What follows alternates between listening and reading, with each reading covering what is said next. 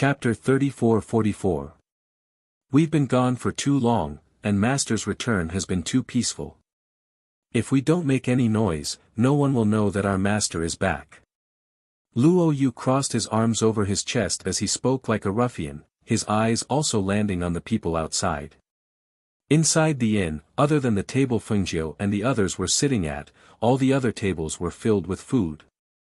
The Gu clan's people were all sitting at the table and eating while paying attention to the movements outside.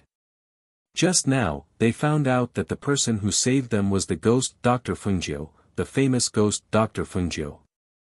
Thinking of this, they couldn't help but look towards Fengjiu, who was sitting with a few outstanding men, their eyes filled with admiration. They never thought that there would be a day when they would be able to see the ghost Dr. Fengjiu with their own eyes. It had to be said that she was really dazzling, like the sun in the sky, so dazzling that people didn't dare to look directly at her.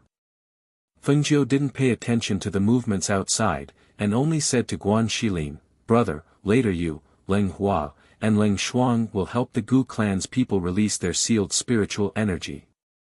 "Okay." Guan Shilin responded and nodded. Outside, a few city lords gathered together and stood in front of the inn's entrance, shouting at Du Fan and Luo Yu who were leaning against the door, "Call your master out." Pfft. Luo Yu sneered and looked at them with contempt. "You want to see my master with just you? You think too highly of yourselves." Hearing this, the city lords couldn't help but become angry, impudent. A voice filled with pressure shouted, and the pressure along with the air rushed towards Du Fan and Luo Yu.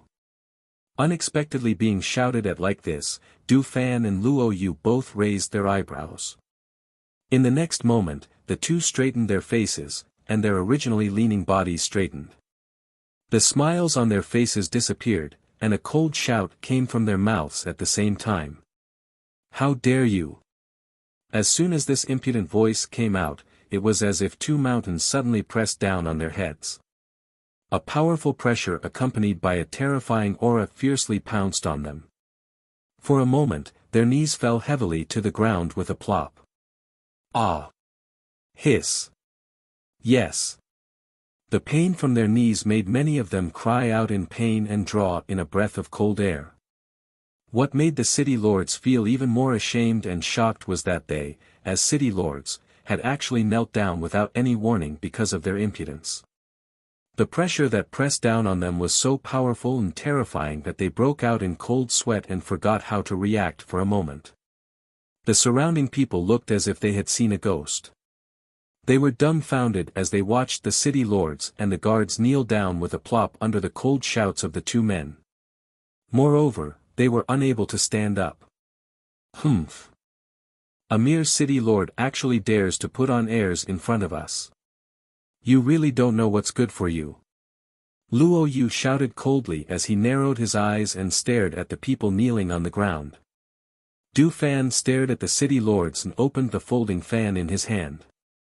He gently fanned himself as he said, "Just kneel. If you dare to stand up before I ask you to, hee." His words were relaxed and carried a hint of a smile. However, the threat in his words was so obvious that the people who were about to stand up froze and didn't dare to move. Chapter 34-45. Inside the inn, Fengjiu and Mo Chen were chatting idly, while the Gu clan members were eating on the first floor. They glanced at the people kneeling outside the inn's door, thinking that these people were too insensible.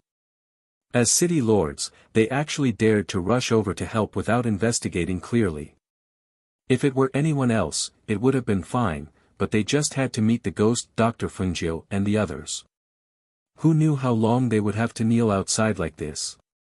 When the people from the great clans who had followed them saw the city lords and the others kneeling on the ground with ugly expressions, they couldn't help but be startled, thinking to themselves, could it be that Fengjiu had come out?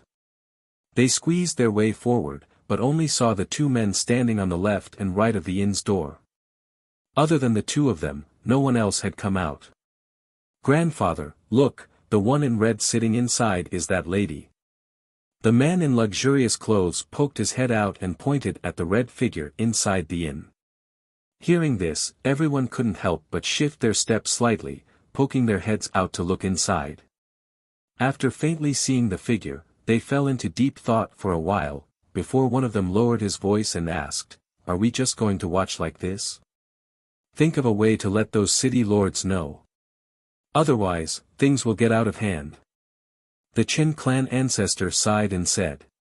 Therefore, they gathered together to discuss. Not long after, they nodded. After tidying up his robe, the Qin family's ancestor glanced at his grandson and said, "Follow me." Then, he walked forward. The city lords were all kneeling, and so were the guards.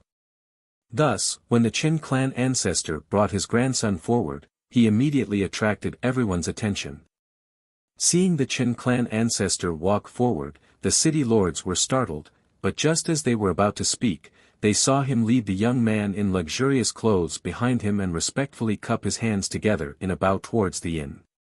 "This old man has brought my inferior grandson to ask for forgiveness from the ghost doctor. Last night, my grandson offended the ghost doctor, please forgive him." When the Qin clan ancestor's voice rang out, some people were at a loss, while others' expressions changed, and they were extremely shocked. The ghost doctor. At this moment, the faces of the city lords kneeling on the ground paled, and they couldn't help but raise their heads to look inside the inn. The ghost doctor Fengjiu was here. How is this possible? Upon hearing the old ancestor's words, Du Fan and Luo Yu exchanged glances and looked at the old ancestor meaningfully. After a while, Du Fan walked in. Fengjiu, who was chatting with them, heard the conversation outside and couldn't help but smile. When he saw Du Fan come in, he said to him, "Let them go back." Hearing this, Du Fan replied, "Yes." Then he walked out. When he arrived outside, his gaze swept across the pale-faced people on the ground. Only then did he say to old Master Chen, "My master wants all of you to go back." Hearing this, old Master Chen couldn't help but heave a sigh of relief and hurriedly said, "Thank you, ghost doctor." Only then did he leave with his grandson. At the same time, he glanced at the city lords kneeling on the ground. Du Fan and Luo Yu walked into the inn. Once they retracted their pressure, the people kneeling on the ground couldn't help but sigh in relief, and their bodies went limp. There was clearly no pressure, but at this moment, they couldn't stand even if they wanted to. Chapter 34-46. On the first floor of the inn, Fengjiu and the others sat and drank, not paying attention to the people outside. At their level of cultivation, those people were no longer worthy of their attention. As long as they didn't go too far, they wouldn't bother with them. "Since we're not leaving today, I'll go back to my room to sleep." She stood up and said to Bai Qingqing, "You guys keep an eye on them." "Yes." Bai Qingqing replied and watched her get up and go upstairs. Seeing her leave, Mo Chen said to Jun Jueshang, "How about we go upstairs and play a few games of chess? I'll be happy to accompany you." Jun Jueshang said and stood up as well, walking upstairs with him. Seeing this, Guan Shilin smiled at Gu Xiangyi, who was next to him, and said, "Let's talk." Xiao Jiao said that he'll let some people go back with you to help. "Have you decided how to deal with those people when you go back?" Gu Xiangyi and her father looked at each other, and the two of them went to the table where Guan Shilin was sitting and sat down to chat with him. Hao also went back to his room, and the others were busy with their own things. Although there were many people in the inn, it was very quiet. Outside, the few city lords who had been helped away found the old man of the Qin family. After learning the identity of the people in the inn from him, they were so scared that their faces turned green. They didn't dare to stay for long, and didn't even dare to think about standing up for the city lord whose cultivation had been destroyed.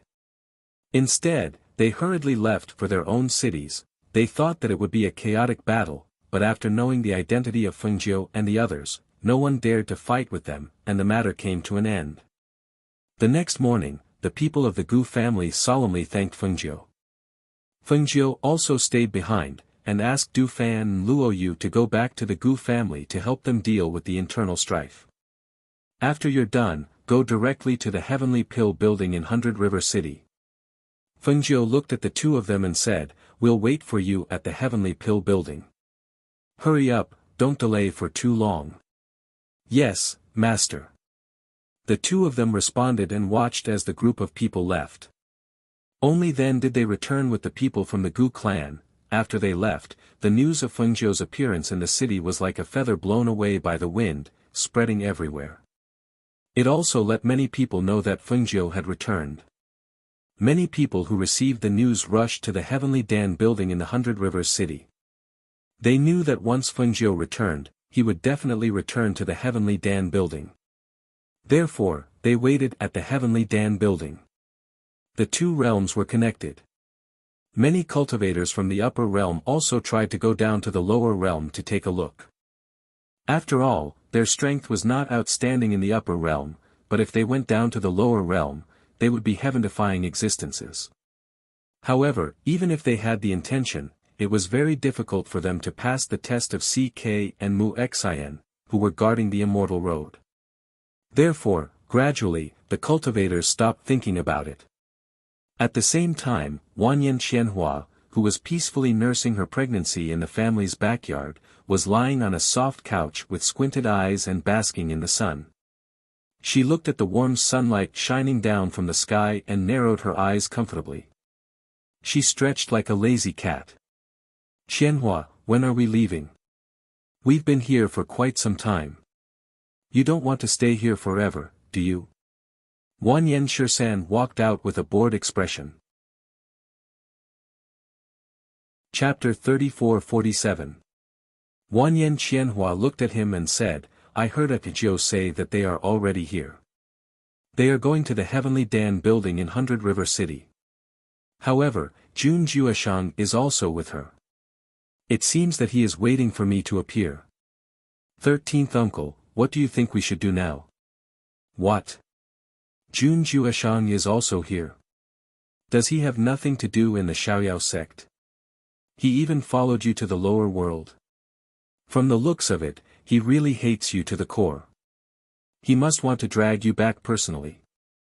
Wanyan Shisan said and shook his head, TSK, TSK. I wonder what will happen to you after he catches you. Wanyan Qianhua coughed lightly and sat up straight. He said seriously, so I think that I can't meet Episdoe at the moment. I don't want to be caught by him as soon as I show my face. As she spoke, her eyes flickered and she said, however, I do have a good idea. What good idea? Wanyan Shisan didn't believe her. Either we stay here and don't go out. Or we go to the Peach Blossom Cove that Episdoe mentioned and avoid them. This way, we won't meet him. Seeing this, Wanyan Shisan said, then let's go to the Peach Blossom Cove. In any case, I can walk around there. Here, there are dark clouds everywhere. It is very troublesome to go out. Therefore, once the two decided, they found time to talk to the people in the family. The next morning, they left here. The head of the Wanyan family and the others who sent them off looked at their daughter who was getting farther and farther away. They couldn't help but feel sad. Their daughter was leaving like this. When would they see her again? She didn't mention the child in her belly. They pretended not to know and didn't ask. Now that they saw her carrying a child and going away alone, it was impossible for them to feel relieved. In any case, she has her 13th uncle with her. Don't worry. Wanyan old man said and patted his son's shoulder. Then he turned around and walked back. Wanyan Qianhua, who had left with Wanyan Shisan, walked on the road. His mood was as happy as a bird that had been set free, and the smile on his face could not be concealed. It's still better to be outside. To be honest, I don't really like staying in the family. The yin qi is too strong. As Wanyan Shisan spoke, he summoned his flying sword and jumped onto it. At the same time, he said to Wanyan Qianhua, come on up. I'll just carry you on the sword. Seeing this, Wanyan Qianhua nodded. Only then did he leap onto the tip of his foot and lightly land on his flying sword, flying together with him. Meanwhile, in the higher realm, Xianyuan Mose was searching everywhere for rare treasures. He wanted to personally prepare a betrothal gift for Fengjiu. Thus, those things had to be priceless and extremely precious. These days, all the betrothal gifts that he had prepared were all placed in his space. As long as his subordinates heard of any precious treasures, no matter how difficult it was to obtain them, he would find a way to get them. On this day, he heard that the eastern pearl of the eastern sea was very beautiful and priceless. Thus, he also rushed to the eastern sea. As for Fengjiu, who had already arrived at the heavenly pill building, he had been idle in the mansion for the past few days. He was only waiting for his subordinates to finish their work so that he could leave and return to his family. Chapter 34-48. Fengjiu already knew when Mo Chen walked in. She didn't even need to look at him to be familiar with his aura. His aura gradually became very gentle. Compared to Xianyuan Mose's, it was less fierce and sharp.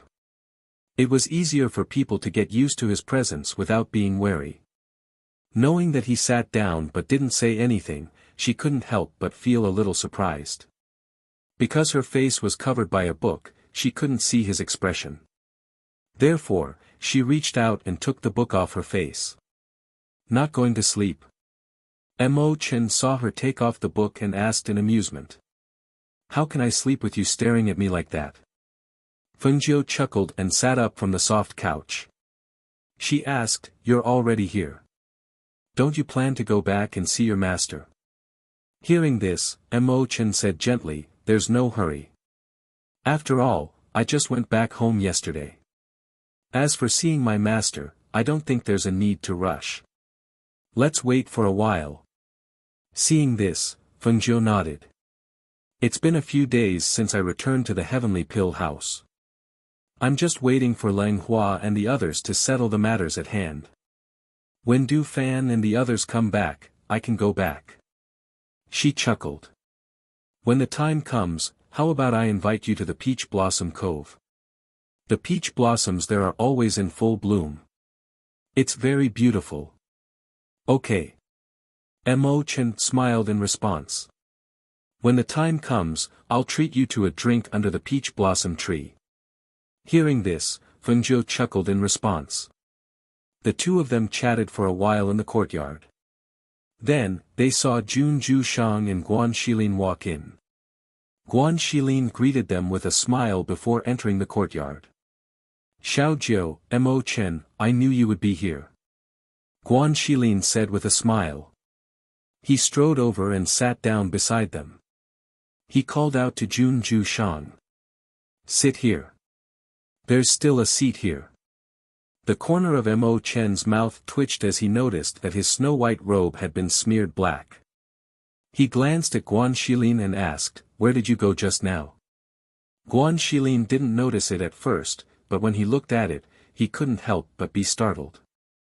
He grabbed his robe and looked at it. It's dirty. I didn't even know. Then, she looked at Mo Chen and said apologetically, Why don't you go back and change your clothes? I'm really sorry. No need, Mo Chen said.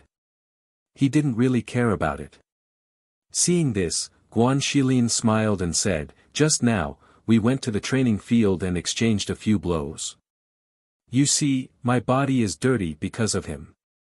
He helplessly spread out his hands and looked at Jun Jushang who was standing there.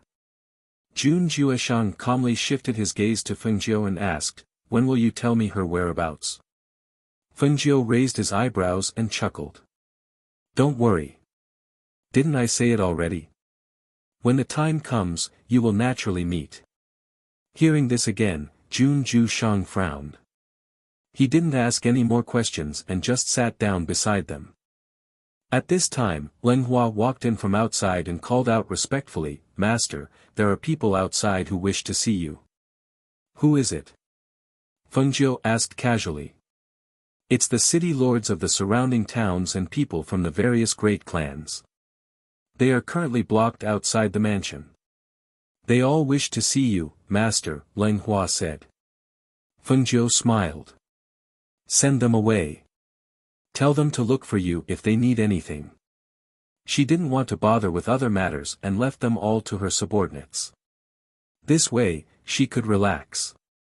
Hearing this, Leng Hua paused for a moment before answering, yes. He turned around and walked out. Chapter 34-49. Fengjiu nodded, okay, I've prepared some things for your family. You can take them back with you. As she spoke, she looked at Ling Shuang, you send Mo Chen back and give him the things. Yes. Ling Shuang responded and looked at Mo Chen. Then I'll thank you in advance. Mo Chen smiled and left with Ling Shuang. Seeing that Mo Chen had left, Jun Jueshang did not stay and returned to the courtyard. Watching them leave, Guan Shilin asked with a smile, Xiaojiu, she wouldn't have gone there too, right? If that's the case, won't they meet very soon? Fengjiu smiled, my sister left first. I told her to go to Peach Blossom Cove. We'll leave in a few days. We won't meet on the road even if the dates are staggered. With a smile in her eyes, she thought to herself, besides, she's pregnant, so she probably won't be in a hurry. The time they spend here can make the journey easier for her and Wanyan Shirsan. In the following days, she stayed in the Heavenly Elixir building leisurely for a while. Until one day, Du Fan and the others returned to the Heavenly Elixir building to report after finishing the Gu family's affairs. In the courtyard, Du Fan and Luo Yu told her about the Gu family's affairs. In the end, they said, now that Gu Xiangyi and his son have regained control of the Gu family, they can't come because they have to reorganize the family's affairs. Therefore, they asked us to pass on their behalf. After dealing with the family's affairs, we'll personally come and thank you. Hearing this, Fengjiu smiled, got it. You must be tired after coming back. Go back and rest. We'll leave tomorrow. Yes. The two of them responded and bowed before retreating. The next morning, Mo Chen heard that they were leaving. He smiled warmly, all right, you can go back first. I'll go to Master's place. On the day of your wedding, I'll definitely attend the wedding. Okay, take care. Fengjiu nodded at him. Mo Chen sent them off and watched them leave in their spaceship. Only then did he turn around and head home, Phoenix Dynasty, Foam Manor. If there was a special existence, then it could only be the Phoenix Dynasty. From the change of dynasty to the Phoenix Dynasty, it was destroyed by others and became a place without imperial authority. Logically speaking, such an existence was like a piece of fat meat that everyone would stare at. However, because of the Feng clan's strength, even if there was no imperial authority here, no one dared to have any thoughts about it. Although the imperial system of the Phoenix Dynasty had already disappeared, everyone still referred to this place as the Phoenix Dynasty, and the Feng clan was still the supreme existence here. In the Feng Manor, the members of the Feng family who had received news half a month ago that Fengjiu's group would be returning were all waiting with joy. The entire manor was busy preparing, anticipating their arrival every day. A few familiar people found out that Fengjiu's group was coming back, so they often came to visit. After asking around, they found out that they were coming back to get married. Thus, they all secretly prepared congratulatory gifts. A few days later, the spaceship flew past the city and landed directly in front of the Feng Manor's main gate. The entire city could not help but look. Until a familiar red figure appeared in everyone's line of sight, someone shouted, the Feng clan's eldest young miss has returned. Chapter 34-50. When Feng Sanyuan, Feng Xiao, and the others heard that Fengjiu and the others had arrived, they all came out to greet them. When they saw her return after being away from home for several years, everyone's eyes couldn't help but redden. Grandfather, grandmother, father, mother. Fengjiu greeted them one by one and bowed to them. Then she smiled and said, I'm back. Good, good. It's good that you're back. It's good that you're back. Everyone looked at her excitedly. When they saw the little person standing next to her, they were startled for a moment. This is how, her. Fengjiu said and pushed the little guy forward. Quickly, greet great-grandfather and the others. How greets great-grandfather, great-grandmother, grandfather, grandmother. How knelt down and bowed to them, then kowtowed. So it's how you were such a small child back then, but you're already so big. If you didn't mention it, I wouldn't have recognized you. Feng Sanyuan laughed loudly and helped him up, saying, quickly get up, how let's go home with great-grandfather. Back then, when your mother brought you back, you were still so young. She still held you in her arms. How listened and raised his head slightly to look at great-grandfather who was holding his hand. Seeing that he was even younger than his grandfather, he couldn't help but be curious. Ha ha ha, Xiaojiu, come. Let's go home. You haven't been back for several years. Feng Xiao laughed loudly. Looking at his daughter who had returned home, he reached out and patted her shoulder. Then he looked at the people behind her and said, come in together. It's been a long time since the house has been so lively. The group of people walked into the manor in a grandiose manner. Many of the people in the manor were old. When they saw Fengjiu, they all quickly bowed. Everyone's eyes were filled with respect and worship. Some young maidservants and manservants couldn't hide their curiosity and secretly glanced at their family's eldest young miss. It was the first time they saw the legendary Feng family's eldest young miss at such a close distance, so they were extremely excited. Feng Sanyuan walked in front while holding Hao Er's hand. At the same time, he instructed the housekeeper who was waiting on the side, this month, there will be a double portion in the manor. Let everyone be happy. He, thank you, elder. When the housekeeper heard this, he chuckled and expressed his thanks. He raised his voice and said to everyone, Old Master said that this month, everyone in the manor will receive double the monthly allowance. He wants everyone to be happy. In an instant, when everyone in the manor heard this, they couldn't help but become happy. The servants all happily gave their thanks. Who didn't know that the Feng manor was the most? It manners be. It could be said that every servant in the manor. They were. They were. They were they were proud to enter. They were. They. Inside the Feng Manor's main hall, everyone gathered. At this time, Fengjiu introduced them to each other. After all, aside from a few familiar faces, Jun Ju Shang, Qin Xian and the others had never met before. Outside the Feng Manor, Wanyan Shirsan held a wine gourd in his hand as he walked and drank. Hearing the people in the street say that the Feng Manor's eldest young miss had returned, his expression couldn't help but change. He also went to the Feng Manor's main gate to take a look. Chapter 34-51 Fengjiu. The man thought a bit then said, the Feng family's eldest young miss original name was Feng Qingge, but later on, I heard that she was also called Fengjiu. I don't know what happened. Oh. So she really did come back. Wanyan Shirsan turned his gaze and looked in front of him. He saw that there were quite a few people in the surroundings. Aside from a few guards in front of the Feng Manor's gate, he did not see any other familiar people. However, just as he was about to leave, he saw Leng Hua walk out and head towards the flying boat. Seeing this, he squeezed forward and shouted, Leng Hua, Leng Hua. At the same time, he waved the wine gourd in his hand to attract his attention. Leng Hua, who was about to enter the flying boat to get something, looked in the direction of the voice and was surprised to see Wanyan Shirsan. He then walked towards him. Before he could speak, he saw him set up a soundproof barrier, and a questioning voice could be heard. Leng Hua, did Jun Ju Shang also come with you? Wanyan Shirsan asked while paying attention to the situation outside the Feng Manor's gate to prevent Jun Ju Shang from suddenly coming out. Seeing him, Leng Hua slightly smiled and warmly said, Young Master Jun also came. He has been following us ever since we came back. He said that he was looking for young Miss Wan Yen. Right now, he is sitting in the manor.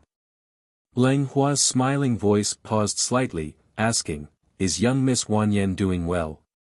Master was originally preparing to go see her when young Master Jun wasn't paying attention after settling down.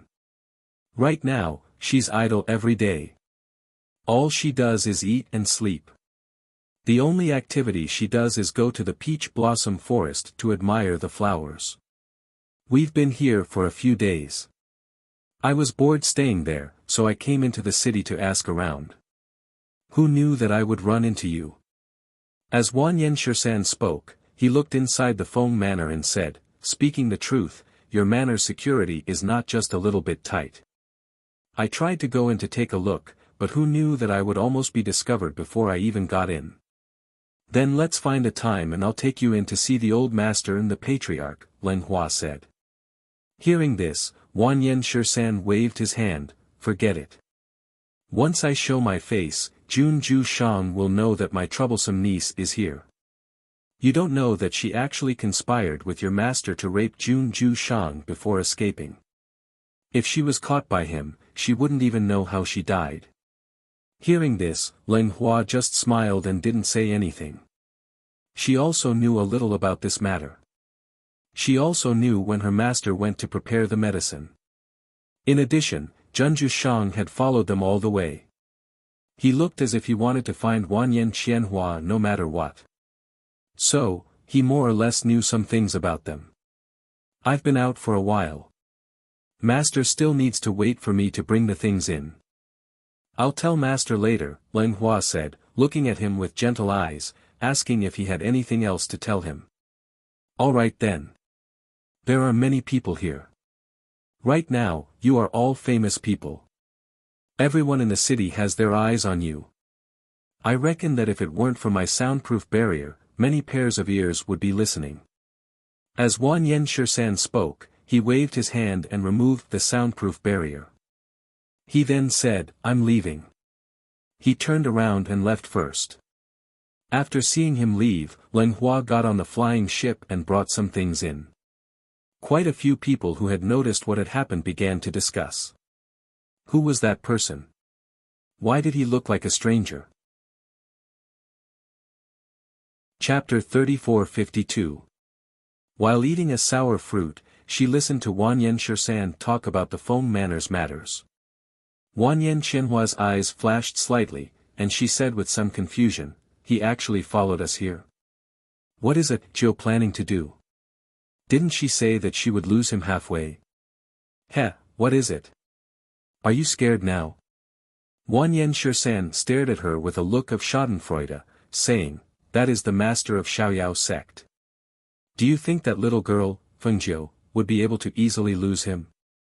Now that he's already here, tell me, isn't it just a matter of time before they meet? As he spoke, he glanced at her slightly bulging belly. It had only been 3 months, and it was already visible. If Jun Ju Shang saw it, then things would become troublesome. Wan Yen Qianhua gently rubbed her belly with one hand while lazily lying on the couch, saying, as long as I don't run into him before I give birth, nothing will happen. Once I give birth and he doesn't find out, he won't know that I have a child. As she spoke, she paused and said, in truth, the main problem lies with Episdoe. Right now, I don't know what she's planning. Originally, she wanted to hide in the Peach Blossom Cove so that Jun Ju Shang would not be able to find her, but with the current situation, it was hard to say. Seeing the situation, Wan Yen Shirsan said, that's simple. I'll find some time to go to the Feng Manor and ask Fengjiu. Won't we find out? Forget it. She will come over in a few days. I'll ask her myself then. As Wan Yen Qianhua spoke, she glanced at Wan Yen Shirsan and said, 13th uncle, don't go to the Feng Manor so that he won't run into you. All right. Wan Yen Shirsan nodded and did not say anything else. That night, in the Feng Manor. After the banquet, Fengjiu returned to the main courtyard. After settling everyone else, Leng Hua was about to go to Fengjiu's place to tell her about the encounter with Wan Yen Shirsan today when he ran into his sister. Sister, you haven't gone to rest yet? Lang Hua looked at her. Seeing that she was holding something in her hands, he asked, are you delivering it to Master? Master drank a lot tonight, but didn't eat much. Coincidentally, I saw that there was some bird's nest stew in the kitchen, so I brought some over for Master. Leng Shuang said, then looked at him and asked, is there something you need? I have something to discuss with Master. Then let's go together. Leng Shuang said and walked with him to the backyard. When they arrived in the yard, Fengjiu had just finished bathing and was sitting in the yard enjoying the cool air. Seeing them come in, her gaze fell on Leng Hua and asked, is something the matter? Master, today I ran into young Miss Wanyan's 13th uncle outside the manor. Leng Hua said and told her what Wanyan Shirsan had said outside. After hearing Leng Hua's words, Fengjiu smiled, my sister is probably anxious from waiting. That's fine. Tonight's night is pretty good, and they've all drunk some wine and slept. I'll go see them first. Master, drink some bird's nest first. Leng Shuang said and pushed the bird's nest in front of her. Hearing that it was bird's nest, Fengjiu asked, is there any more in the kitchen? Leng Shuang was startled, then said, there is. Then go get some. I'll bring it to my sister for supper. Fengjiu gestured, then picked up the spoon and ate the bird's nest in front of her. After the time it takes for half an incense stick to burn, the red-clothed woman quietly left the residence. Jun Ju Shan, who had been sitting on the roof, faintly caught a glimpse of that red figure as she walked out. He didn't even think about it, and quietly followed her. Chapter 34-53. Fengjiu walked in the night. However, after a while, she felt that someone was following her. So, she changed her route to the Peach Blossom Cove. She led the person behind her around the city until she successfully shook him off. She stood in the dark and looked at the white figure in the night. She couldn't help but smile. She didn't expect Jun Jueshang to follow her. However, how could she let him follow her to see her sister at this time? She watched him walk around the city and head in the opposite direction. Then, she took a deep breath and walked towards the Peach Blossom Cove. Wanyan Qianhua was lying lazily in the Peach Blossom Cove. She looked at the night sky outside the window. Her hand was on her belly. Her face was soft and gentle. She was in a daze and looking at the night sky. It was easy for her to feel sleepy. Just as she was yawning and feeling sleepy, she heard Fengjiu's voice from outside. Sister. Her eyebrows twitched when she heard him call her sister. She got up and walked outside. She saw Fengjiu, who was dressed in red, walking towards her with a smile. Wanyan Qianhua's beautiful eyes were angry when she saw her. You finally came. Sister, did you miss me? Fengjiu walked forward with a smile. His eyes fell on her bulging belly. His eyes lit up, your belly is so big. Sister, it must be hard to be pregnant. Wanyan Qianhua stroked her belly. Her eyes were soft. Which woman doesn't have a hard time being pregnant? She held Fengjiu's hand and said, it's cold at night. Let's go inside and talk. Then, she led Fengjiu inside. Fengjiu, you're here. Wanyan Shirsan appeared out of nowhere. When he saw Fengjiu, he smiled and walked forward. You finally came. I brought supper for you. Fengjiu said. He smiled at him and motioned for him to come in. In the room, the three sat around the table. Fengjiu took out the bird's nest from the space and said to Wanyan Qianhua, Sister, you're pregnant. You should eat more bird's nest. It'll be good for the child and you. We have some at home, but we haven't stewed them on the way here. Besides, you have some phoenix guards guarding here, so you eat whatever you want. Today, Uncle 13 said he was going out to find a cook, but he forgot about the kitchen when he saw you guys coming back, Wanyan Qianhua said with a smile, glancing at Wanyan Shirsan who was scooping out the bird's nest. Wanyan Shirsan put a bowl of bird's nest in front of Qianhua and said to Fengjiu, originally, I wanted to let the Phoenix guards guarding here arrange it. But since you're here, why don't you find one for me? Okay, I'll send 2 people over later. Fengjiu said and motioned for them to eat quickly. She held her cheek with one hand and looked at Wanyan Qianhua.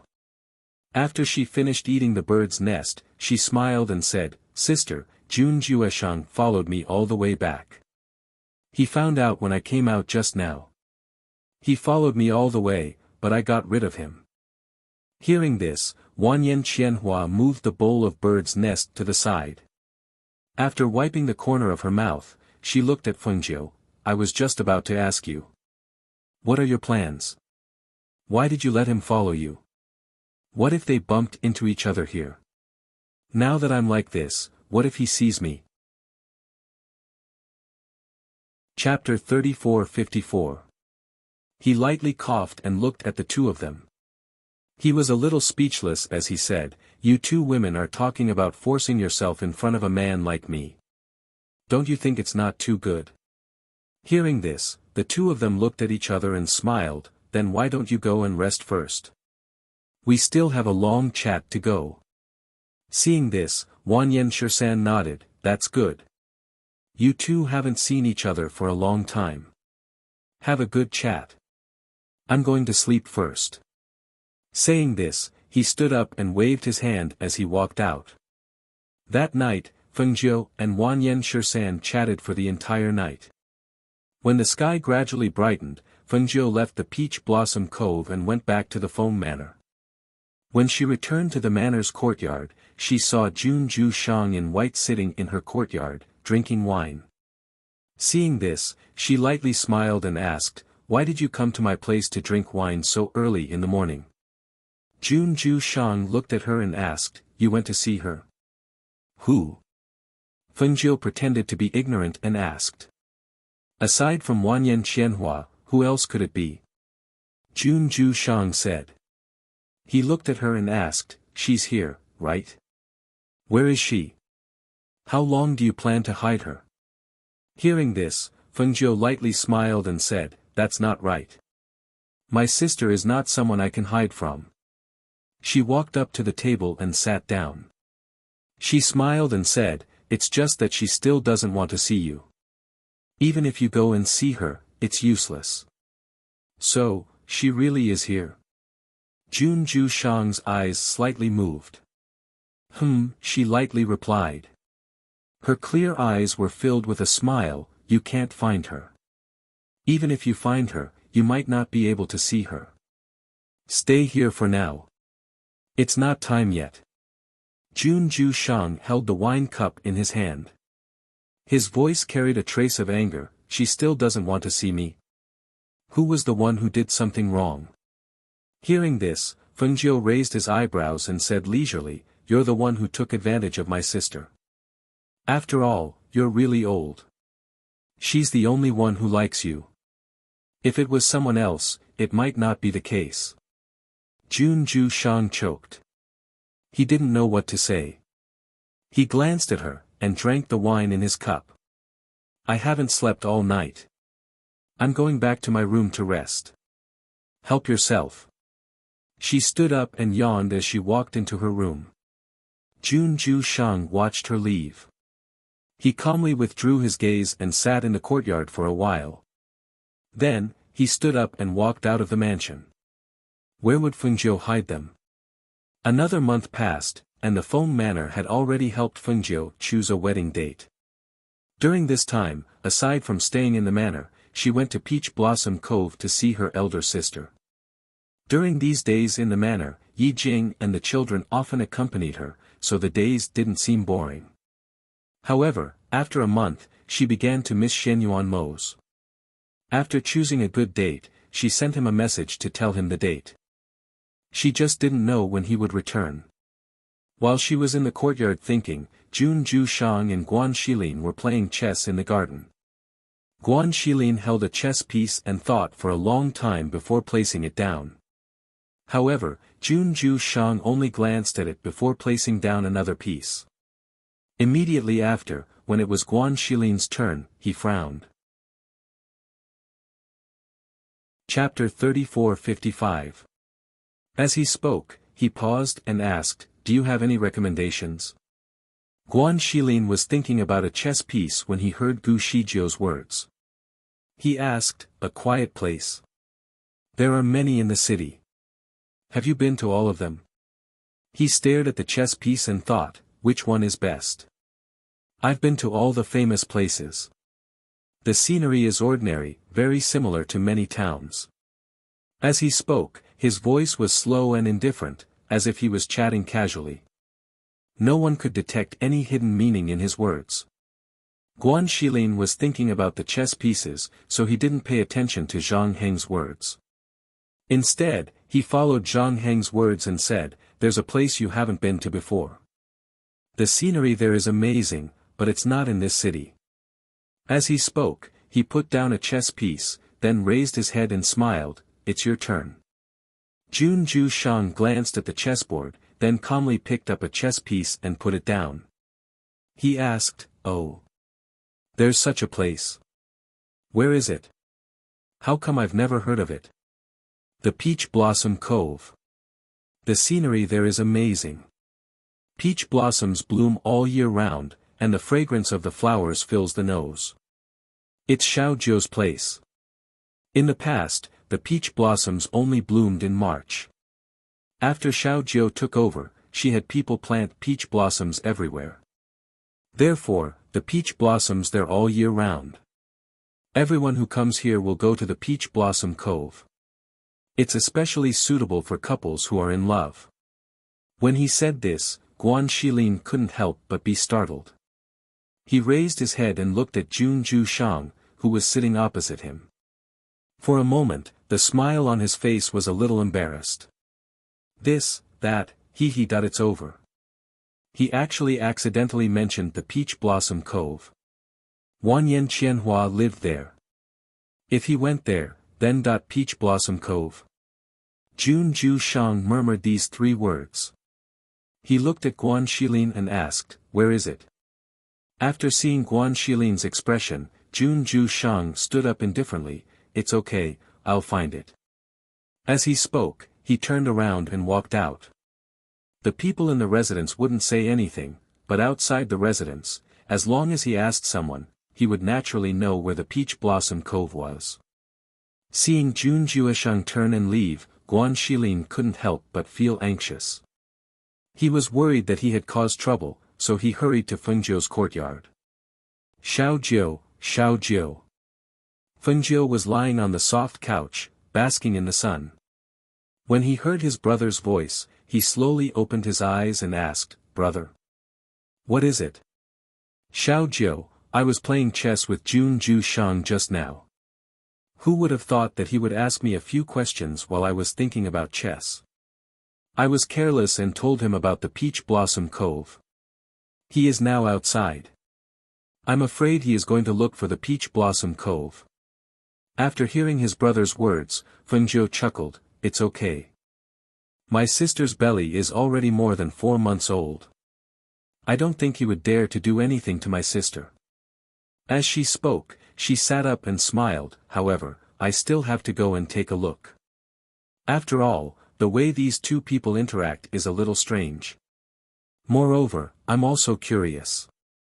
When he sees my sister's bulging belly, how will he react?" Thus, Fengjiu followed her out and went to the Peach Blossom Cove. Chapter 34-56. When Junju Shang arrived at the Peach Blossom Cove and saw the words on it, his gaze involuntarily fell on the faintly discernible peach blossom forest. When he arrived here, his heart inexplicably tensed up. Was she in there? Why is she hiding here? How can she hide for so long? As he walked forward, he felt that someone was watching him from the shadows. He only glanced at his surroundings before walking in. The Phoenix guards in the shadows watched Junju Shang walk in. When they recalled that their master had sent them a message not to stop him, they retracted their gazes and no longer stared at the person who walked in. The outside of the peach blossom forest was open, but there were some places inside that were not open. Those were private places, and compared to the environment outside, it was more quiet and secluded. Junju Shang walked forward. He walked through the peach blossom forest, and when he was about to walk forward, he could not help but stop. Under a peach blossom tree in front of him, Wanyan Qianhua, who was dressed in red like the sun, was lying on her side on a soft couch. Her body was covered with a blanket, and her hair was not tied up. Instead, it was casually let loose. Her beautiful face looked very serene and gentle at this moment, because she was sleeping soundly. The surroundings were very quiet. When a gentle breeze blew, the peach blossom petals on the tree fell onto her body, her hair, and her face. The scene of peach blossoms fluttering in the wind, and her sleeping soundly under the peach blossom tree, was so beautiful at this moment that he could not take his eyes off her. He stood quietly and watched. He did not know how much time had passed, until she lazily moved her body and turned over slightly. The blanket covering her body slid to the ground. He looked at the woman who was sleeping with her back facing him. He could not believe that she could sleep so soundly in such a place. When he thought of the fact that the secret guards were watching every corner of this place, his face darkened. In other words, this woman's sleeping appearance was also seen by the secret guards who were hiding in the shadows. When he thought of this, the aura on his body could not help but turn cold. When Wanyan Shirsan, who was walking over, saw the white figure standing in the middle of the peach blossom forest, he couldn't help but break out in a cold sweat. He opened his eyes wide and stared at the person standing there. He couldn't believe it and exclaimed in his heart, Junju Shang. How did he find this place? His footsteps, which were originally prepared to step forward, could not help but lighten. He retreated step by step, suddenly retreating backwards. Junju Shang. The patriarch of the Xiaoyao sect, whom Qian Huachang had raped, had come here. What should they do? How would he deal with Qian Hua? If he found out that Qian Hua was pregnant with his child, wouldn't that be? Thinking of this, she couldn't help but stop. She looked forward and saw that the blanket on Qian Hua's body had fallen to the ground. Fortunately, she was sleeping with her back facing Junju Shang. Therefore, Junju Shang couldn't see her bulging belly. However, if he walked forward or if she suddenly turned over and woke up, wouldn't he see it? Chapter 34-57. Wanyan Shirsan was stunned. His eyes were wide open, and he opened his mouth to warn Wanyan Qianhua, who was comfortably lying down and caressing her belly. However, Fengjiu, who had appeared behind him, reached out and sealed his acupoint, making him unable to speak. Fengjiu came to Wanyan Shirsan's side and made a gesture to him to keep quiet. Only then did he release his acupoint and look at Junju Shang in front of him with anticipation. Junju Shang, who was originally prepared to walk forward, was stunned once again. He stared at Wanyan Qianhua's slightly bulging belly in disbelief. His face no longer had its usual calm and indifferent expression. There was only shock and disbelief. His entire person seemed to be stupefied, and his mind was blank. In his eyes, there was only Wanyan Qianhua, who was caressing her slightly bulging belly. He was not a young boy. Even if he had never been married, he knew what it meant when a woman's belly grew bigger. But how was this possible? He had only spent one night with her. How could she have gotten pregnant in just one night? At this moment, his breathing became chaotic.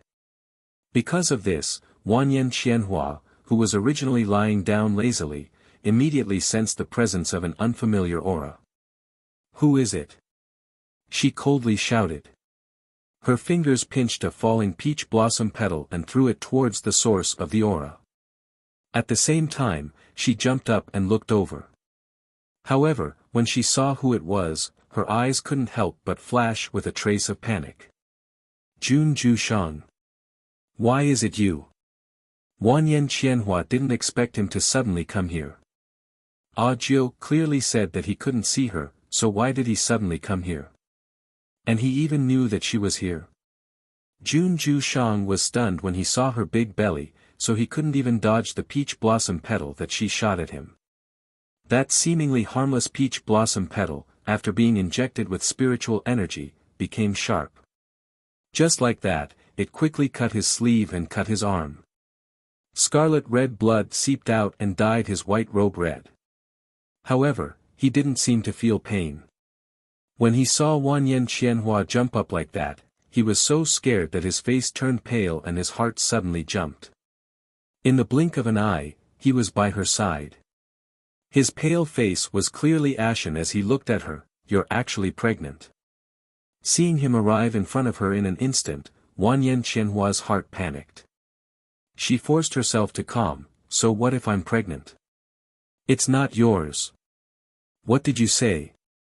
Jun Ju Shang's originally ashen face immediately darkened after hearing her words. His entire body was filled with a terrifying aura. His eyes were firmly fixed on Wanyan Qianhua.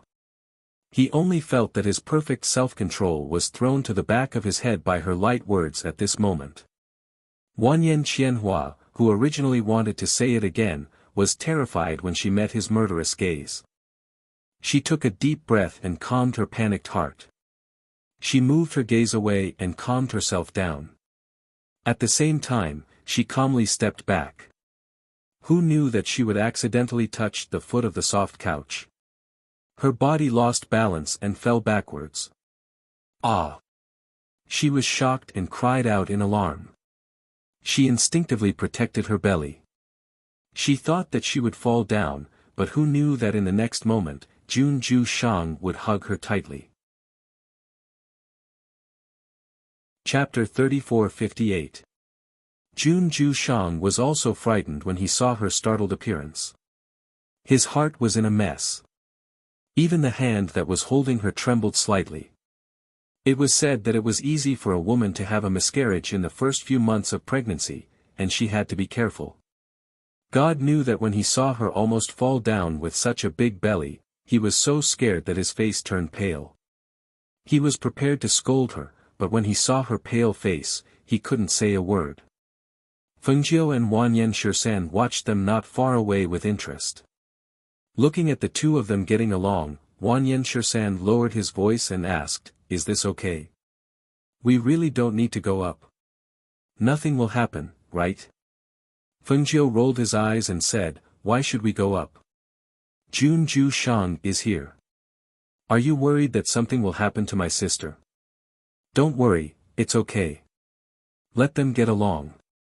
You don't want your grandnephew to be born without a father, do you?" Hearing her words, Wanyan Shisan looked at the two people in front of him with complicated eyes. He was still a little worried. After all, Qianhua had raped Jun Ju Shang. If he didn't have any feelings for her, even if she was pregnant with his child, he wouldn't be soft-hearted. However, looking at the situation now, it seemed that there was a chance. "Let me go." Wanyan Qianhua came to her senses and said in a cold voice. She struggled to get out of his arms. "Don't move." Jun Ju Shang shouted in a low voice. He was afraid that it was too fierce and would scare her, so his voice sounded more helpless.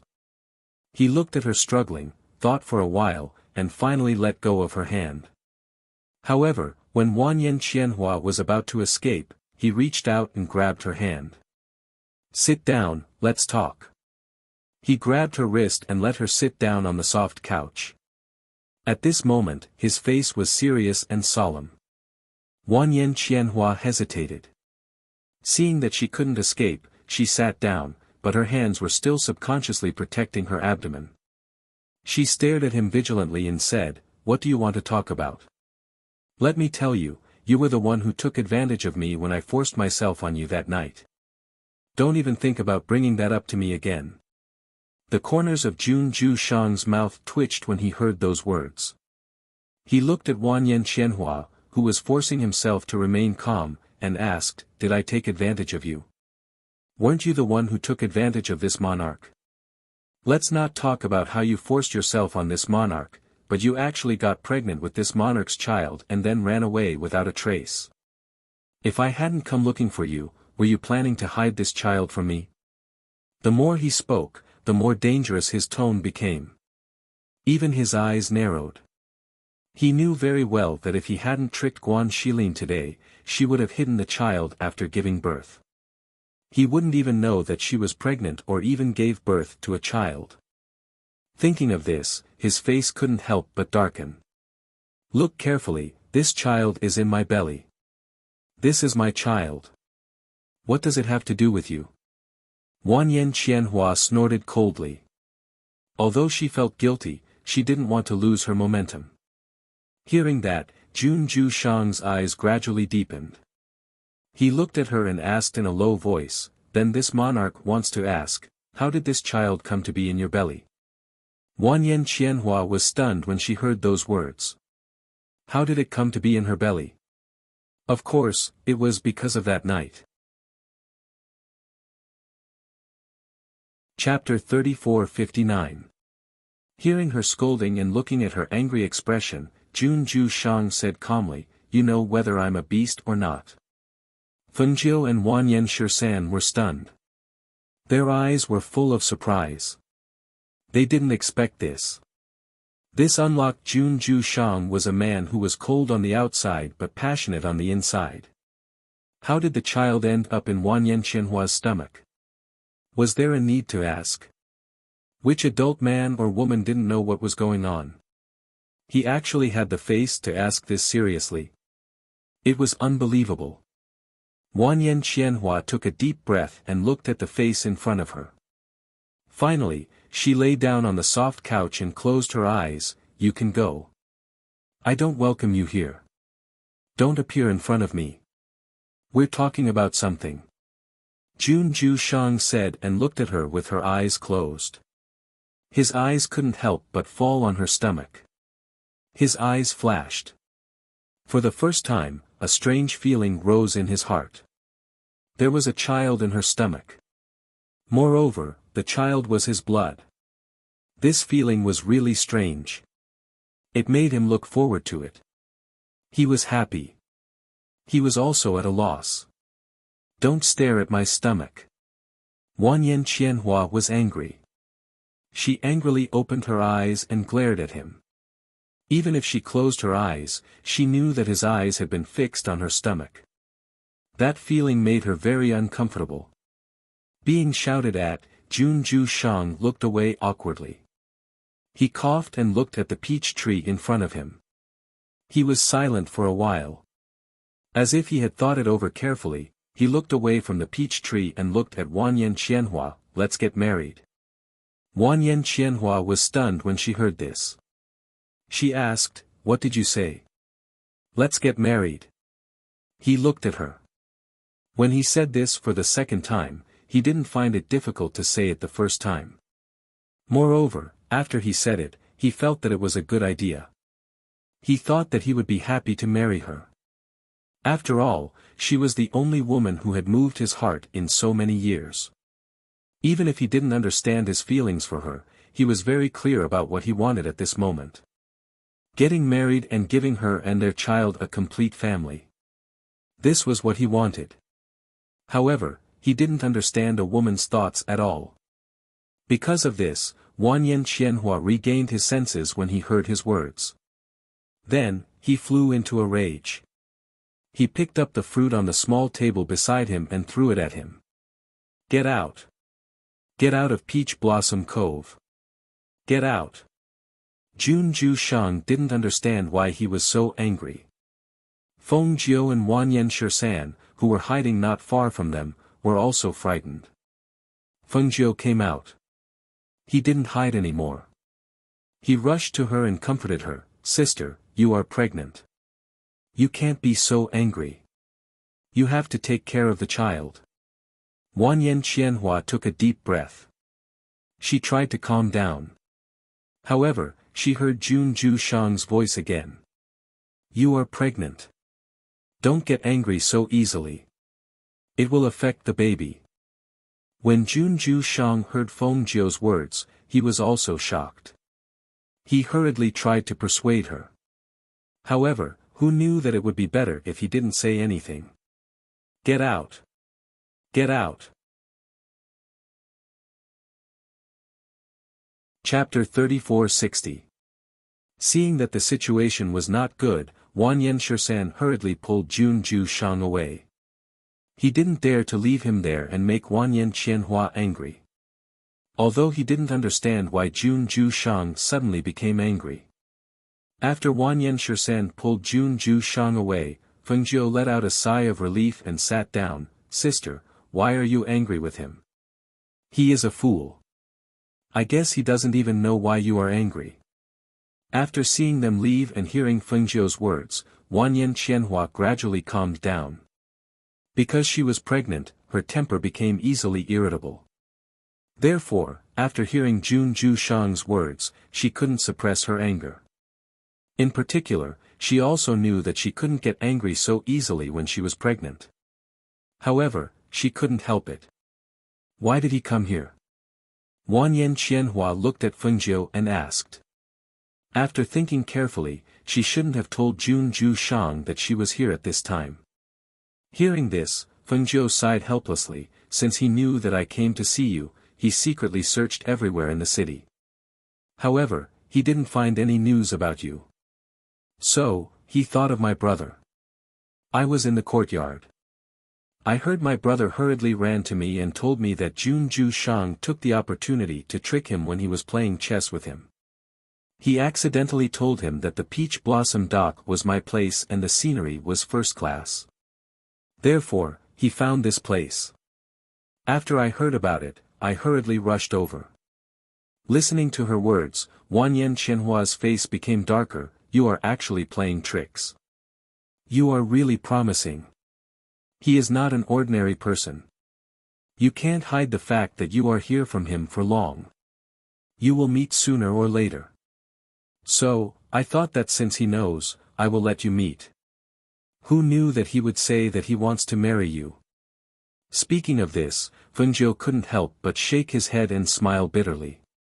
For a woman, especially a woman as proud as his sister, it was absolutely impossible for her to marry him because she was pregnant with his child. Jun Ju Shang said that he wanted to marry her at this time. Anyone would think that he wanted to marry her because she was pregnant with his child. An ordinary woman would have been overjoyed to hear that the patriarch of the Xiaoyao school wanted to marry her. However, the patriarch of the Xiaoyao school was her elder sister, Wanyan Qianhua. Jun Ju Shang's words were a humiliation to her. It would have been strange if she didn't fly into a rage. He wants to take my child away, said with an ugly face Shangzi's eyes. She couldn't help but reach her hands to her belly. She touched her belly and her eyes became firm. This child is my child my. He wants to take him away from me. Hearing this, Fengjiu was startled. Then, he smiled and said, Sister, you misunderstood. He doesn't want to take your child away from you. For a person like Jun Ju Shang, it was absolutely impossible for him to marry a woman for a child. He said that to her sister because the woman who was pregnant with his child was her, Wanyan Qianhua. However, Wanyan Qianhua didn't listen to Fengjiu at this time. She felt a little insecure. She felt that if Jun Ju Shang wanted to take her child away from her, she might not be able to beat him. Therefore, she thought for a while and looked at Fengjiu. She asked worriedly, Jiu, do you think I should take this opportunity to run away and hide? I am really worried that he will take my child away. Chapter 3461. Fengjiu and Wanyan Qianhua were talking. On the other side, Jun Ju Shang, who had been pulled outside by Wanyan Shirsan, was a little startled. He glanced at Wanyan Shirsan beside him and asked, Did I say something wrong just now? Wanyan Shirsan couldn't help but feel a little uncomfortable when he thought that his niece had raped him and now he was facing Jun Ju Shang. After hearing his words, he quickly said, I don't know, but looking at Qianhua, you must have said something that angered him. As soon as he finished speaking, he saw him standing under the peach tree in a daze. Seeing that he didn't speak for a long time, Wanyan Shirsan wanted to leave first. After all, standing next to him made him feel inexplicably guilty. However, just as he took a step away, he heard Jun Ju-shang's voice. "Did you bring her back here?" Jun Ju-shang suddenly came back to his senses and looked at Wan Yen-shirsan. Seeing that he couldn't leave, Wan Yen-shirsan smiled, "Hee, yes." At that time, because she said that she wanted to come back here, she asked me to accompany her. At the same time, I also went back to the Wan Yen clan to take a look. But, isn't Fengjiu coming back to get married? So, we also came here. Then, he quickly said, "But, I didn't know that she was pregnant with your child." Jun Ju-shang didn't speak. He just looked back for a long time. Then, he said, "You go and see her. Don't let her have any miscarriage. Ask Fengjiu to give her some medicine to prevent miscarriage." "Okay, then do as you wish." As Wan Yen-shirsan spoke, he slipped away and went back. Although he was used to being unrestrained, he still felt pressure when facing Jun Ju-shang, the leader of the Xiaoyao sect. Moreover, he had taken his niece away. If he was held responsible, he wouldn't be able to say anything even if he had 10 mouths.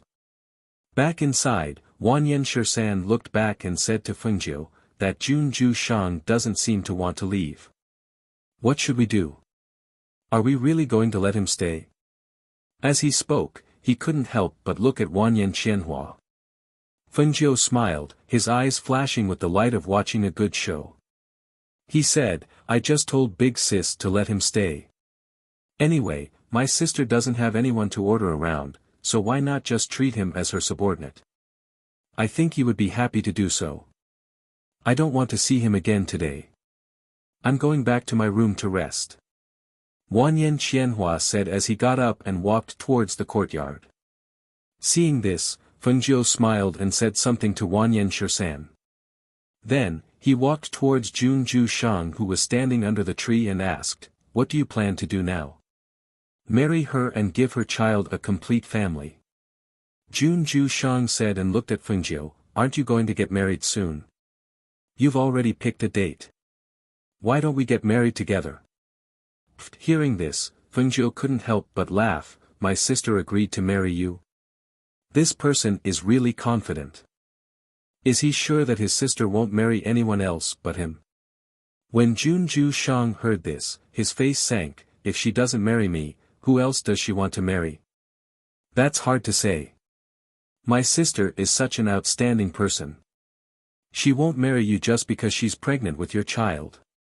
She's not the kind of woman who cares about what the world thinks of her. Tricks that work on ordinary women are all useless on her." Chapter 3462. "Why?" he asked, puzzled. Wan Yen-qianhua had been his for a long time, and she was pregnant with his child. Furthermore, he knew that she liked him. Since that was the case, why didn't she agree when he said that he wanted to marry her? Why didn't she want to marry him when he wanted to marry her? Fengjiu looked at the man who was tilting his head and looking at her with a puzzled expression. Hearing his strange words, she sighed softly in her heart. He was yet another person who didn't know anything about relationships. You'll have to figure this out yourself. Some things can only be understood, but not expressed in words. She waved her hand and said, "Since you already know about my sister's pregnancy, then I'll tell you some things to take note of. You have to be more careful, and don't make her angry at the slightest thing." She glanced at him and said, "A woman's temper is not very good when she's pregnant, but it's easy to affect the fetus if you lose your temper and get angry, so you have to take note of everything." Jun Ju-shang listened attentively. He stood with his hands behind his back, listening to Fengjiu's words. Only after she had told him some things to take note of did she leave. Looking at her leaving figure, he thought for a moment and walked back. He wanted to see what that woman was doing. Fengjiu stepped down from the Peach Blossom Cove and walked leisurely towards the city. Her sister had Wan Yen-shirsan and the kitchen maid to take care of her. Now that Jun Ju-shang was there, she didn't have to worry. But now, as the days passed, the day of her wedding was getting closer and closer, but Xianyuan Mo still hadn't returned. She wondered where he was now. As she walked, she thought about things. Suddenly, her footsteps paused. She raised her eyes and looked in a certain direction, only to see that the mountain path in the forest was quiet and secluded. She didn't see anyone else. "Since you're here, why don't you come out?" Fengjiu asked. Her gaze fell on a certain direction until she saw a figure walk out from behind a tree. A trace of surprise flashed across her eyes. "It's you." Fengjiu looked at the person in surprise. It was Yi Shiran, whom she hadn't seen for a few years. "TSK, you still remember me?" Yi Shiran crossed his arms over his chest. Seeing that he had been discovered, he stopped hiding and strode toward her, his complicated gaze landing on her. He hadn't seen her for a few years, and he didn't expect her to grow to such a powerful level. Back then, he wasn't her opponent, and now, he had to look up to her. Indeed, only that man had the qualifications to stand by her side. Looking at the person in front of her, Fengjiu smiled. After a few years, she knew that this person didn't have any ill intentions towards her. At least, he wasn't her enemy. What's more, she no longer cared about the small matters of the past. Naturally, her smile became more sincere. "Since you're here, then stay for the wedding banquet." Yi Shiran fell silent for a moment before asking, "Why didn't he come back with you? How have you been these past few years?" "Mo's. He still has some things to do, so he'll be here later." Fengjiu smiled and said, "I've been living quite well these past few years. I'm just about to go back home. Let's go. I'll introduce you to someone in the residence." Yi Shiran hesitated for a moment before following her into the city. The two walked leisurely as if they were taking a leisurely stroll, occasionally chatting. Chapter 3463. "I'll probably stay here for a while." Fengjiu smiled. "Oh right, you might not know this, but I'm already the lord of this world. I even connected the upper and lower realms with the immortal path. If you're interested in the future, you can also go to the upper realms to take a look and gain experience." Yi Shiran was taken aback. He lost his composure and exclaimed, What did you say? You've become the lord of the lower realms? When did this happen?" "Some time ago, I think. When we returned," she said nonchalantly.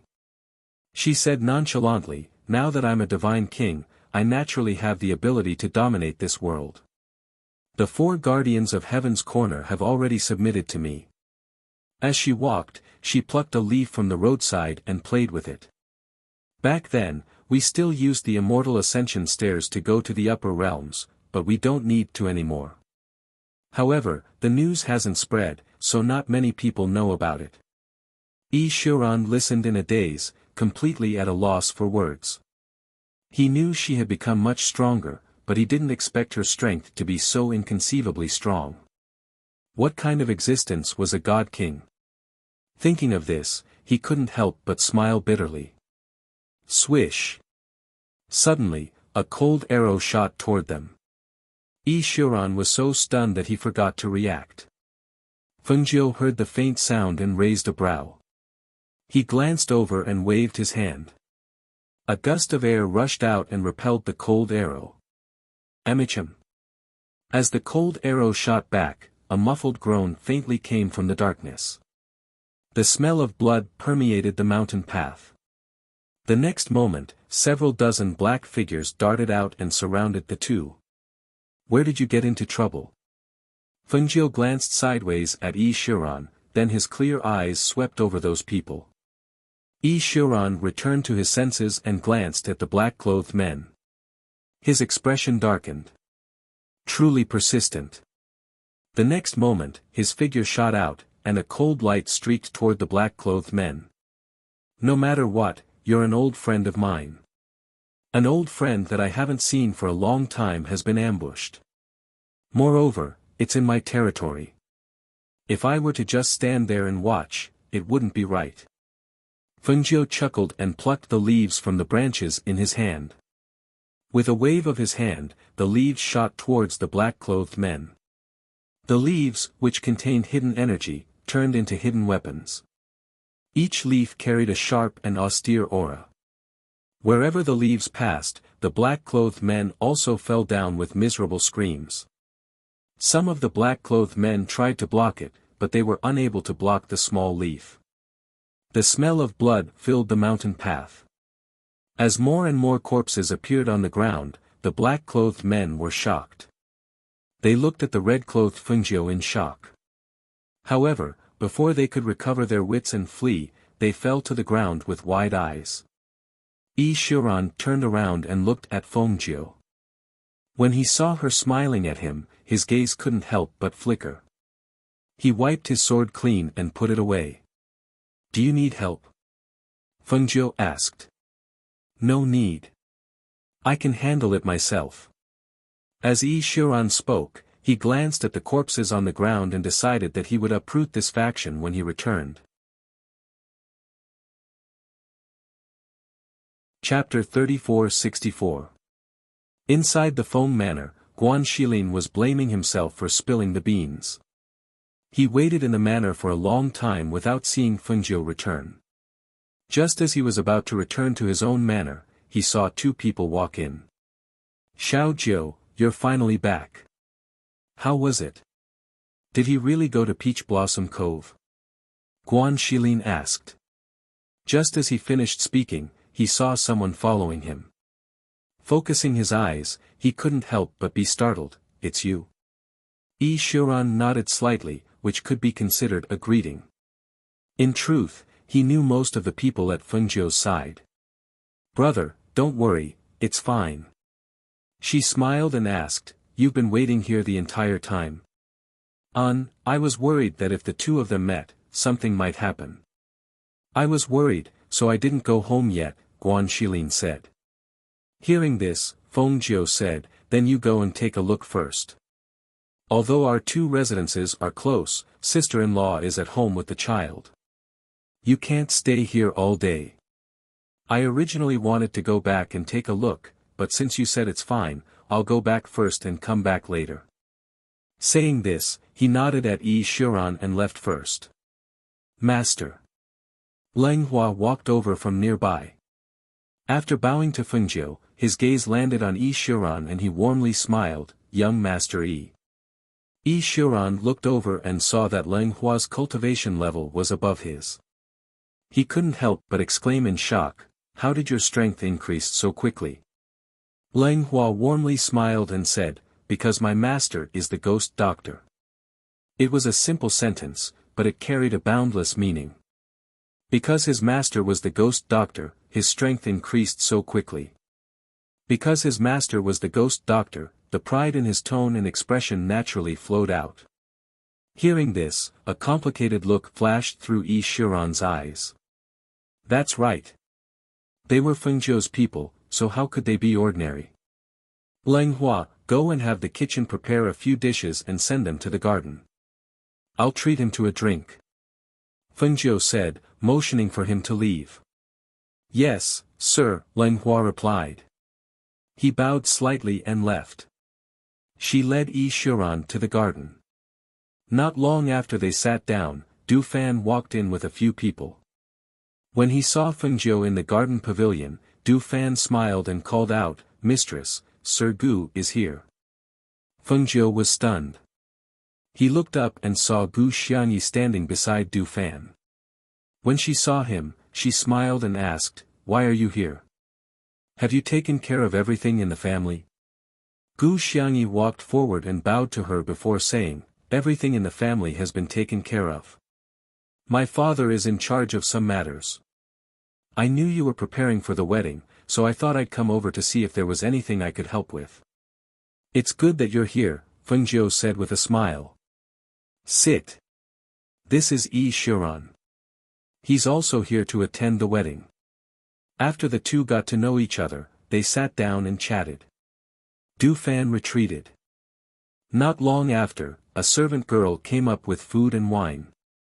When evening came, Fengjiu saw that the two were a little drunk, so he had someone take them away to rest. When she returned to the courtyard, she asked someone to prepare a bath for her. She leaned lazily against the bathtub and closed her eyes. When she heard the sound of the door being pushed open, she said, "Ling Shuang, the water is a little cold. Bring in some hot water." Chapter 34-65.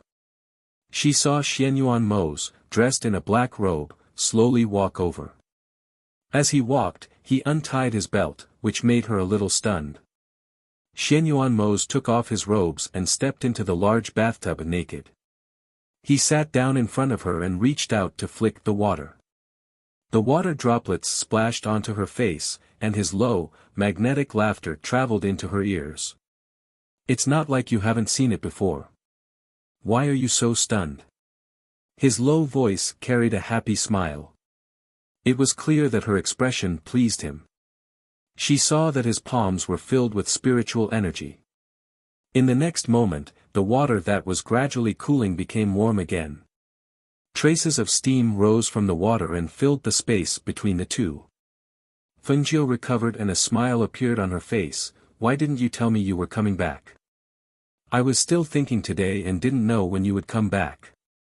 As she said this, he reached out and pulled her into his embrace. She was naked from head to toe. Being held in his arms like this, the feeling of their skin touching made her feel that the temperature of the bathtub seemed to be hotter than before. Although she was a little shy in her heart, she did not struggle or wriggle.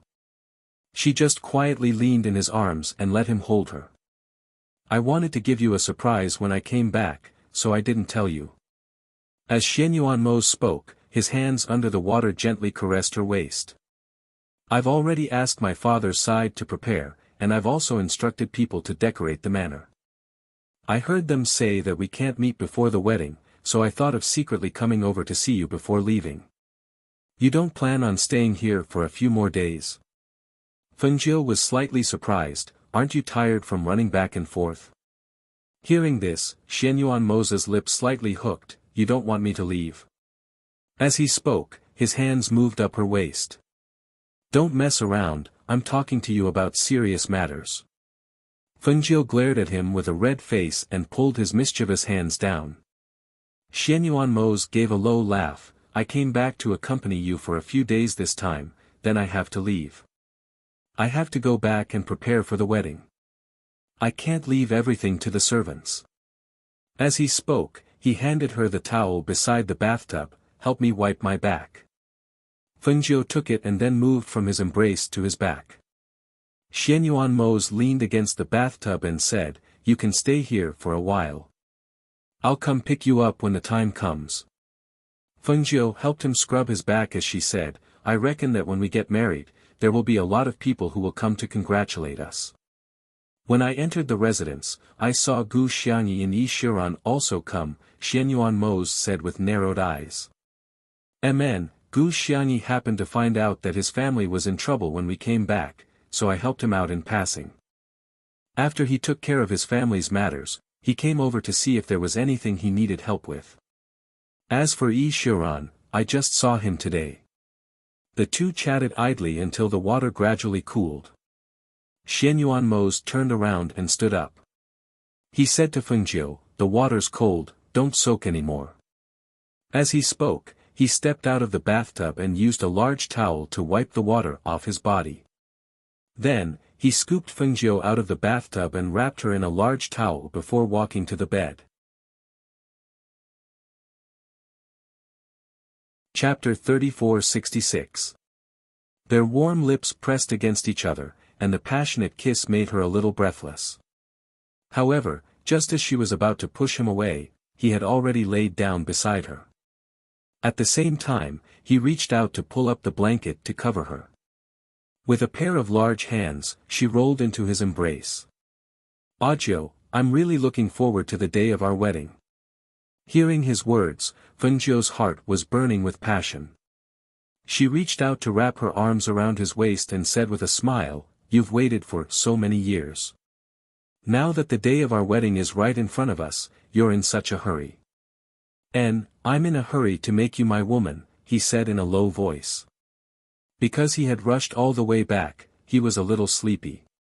Now that he was holding her in his arms, he gradually closed his eyes and fell asleep. Feeling his breathing slow, as if he had fallen asleep, Fengjiu raised her head slightly to take a look, then quietly nestled in his arms. The next day, Xianyuan Mose and Fengjiu went to see the elders of the Feng family together to discuss the marriage. Then, the two slowly walked in the garden, enjoying this rare moment of peace. Lang Hua walked over from the path. When he saw the two of them, he bowed and said, "Master, Ning Lang and the others have arrived.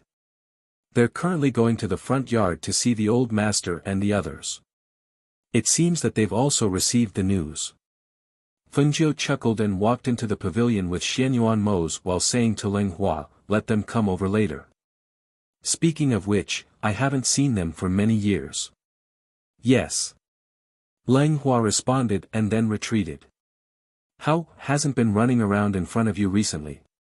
Xianyuan Mose asked. After the maidservant served tea and pastries, he poured a cup of tea for Fengjiu. Fengjiu picked up a piece of pastry and ate it. He smiled and said, "Ever since I came back, Hao has been called by my father and the others. In name, they are giving him pointers on cultivation and martial arts. In reality, there are also children as young as him in the family. Now that they see him, they all like him very much. Moreover, my brother often brings his son over to accompany Hao. Throughout the day, I probably only see him when we eat." The two of them chatted, drank tea, and ate pastries. Not long after, they heard footsteps approaching. Fengjiu and Xianyuan Mose looked in the direction of the voice and saw a few men in luxurious clothes with extraordinary bearing walking over while chatting and laughing. Xianyuan Mose glanced at them, then looked away indifferently. He picked up the teapot and poured some hot tea for Fengjiu. He also knew those people. He didn't expect them to become more mature after so many years. Fengjiu also sized them up. Compared to their youthful appearances a few years ago, they were more mature now. Moreover, each of them had a more outstanding bearing. Well, they came from extraordinary backgrounds and had high standards. After a few years, it was normal for them to become more outstanding. Thinking of this, she smiled and said, "We haven't seen each other for a few years. It seems that all of you are doing well." Song Ming, Ning Lang, and the others looked at Fengjiu. They saw that she was still dressed in red and dazzling. She sat there lazily and casually, but exuded an extraordinary noble aura. They couldn't help but be moved. When he had first met her, she was full of mischievous and cunning aura. Now, as time passed, the mischievous and cunning aura on her body had been restrained. What replaced it was only elegance and indifference.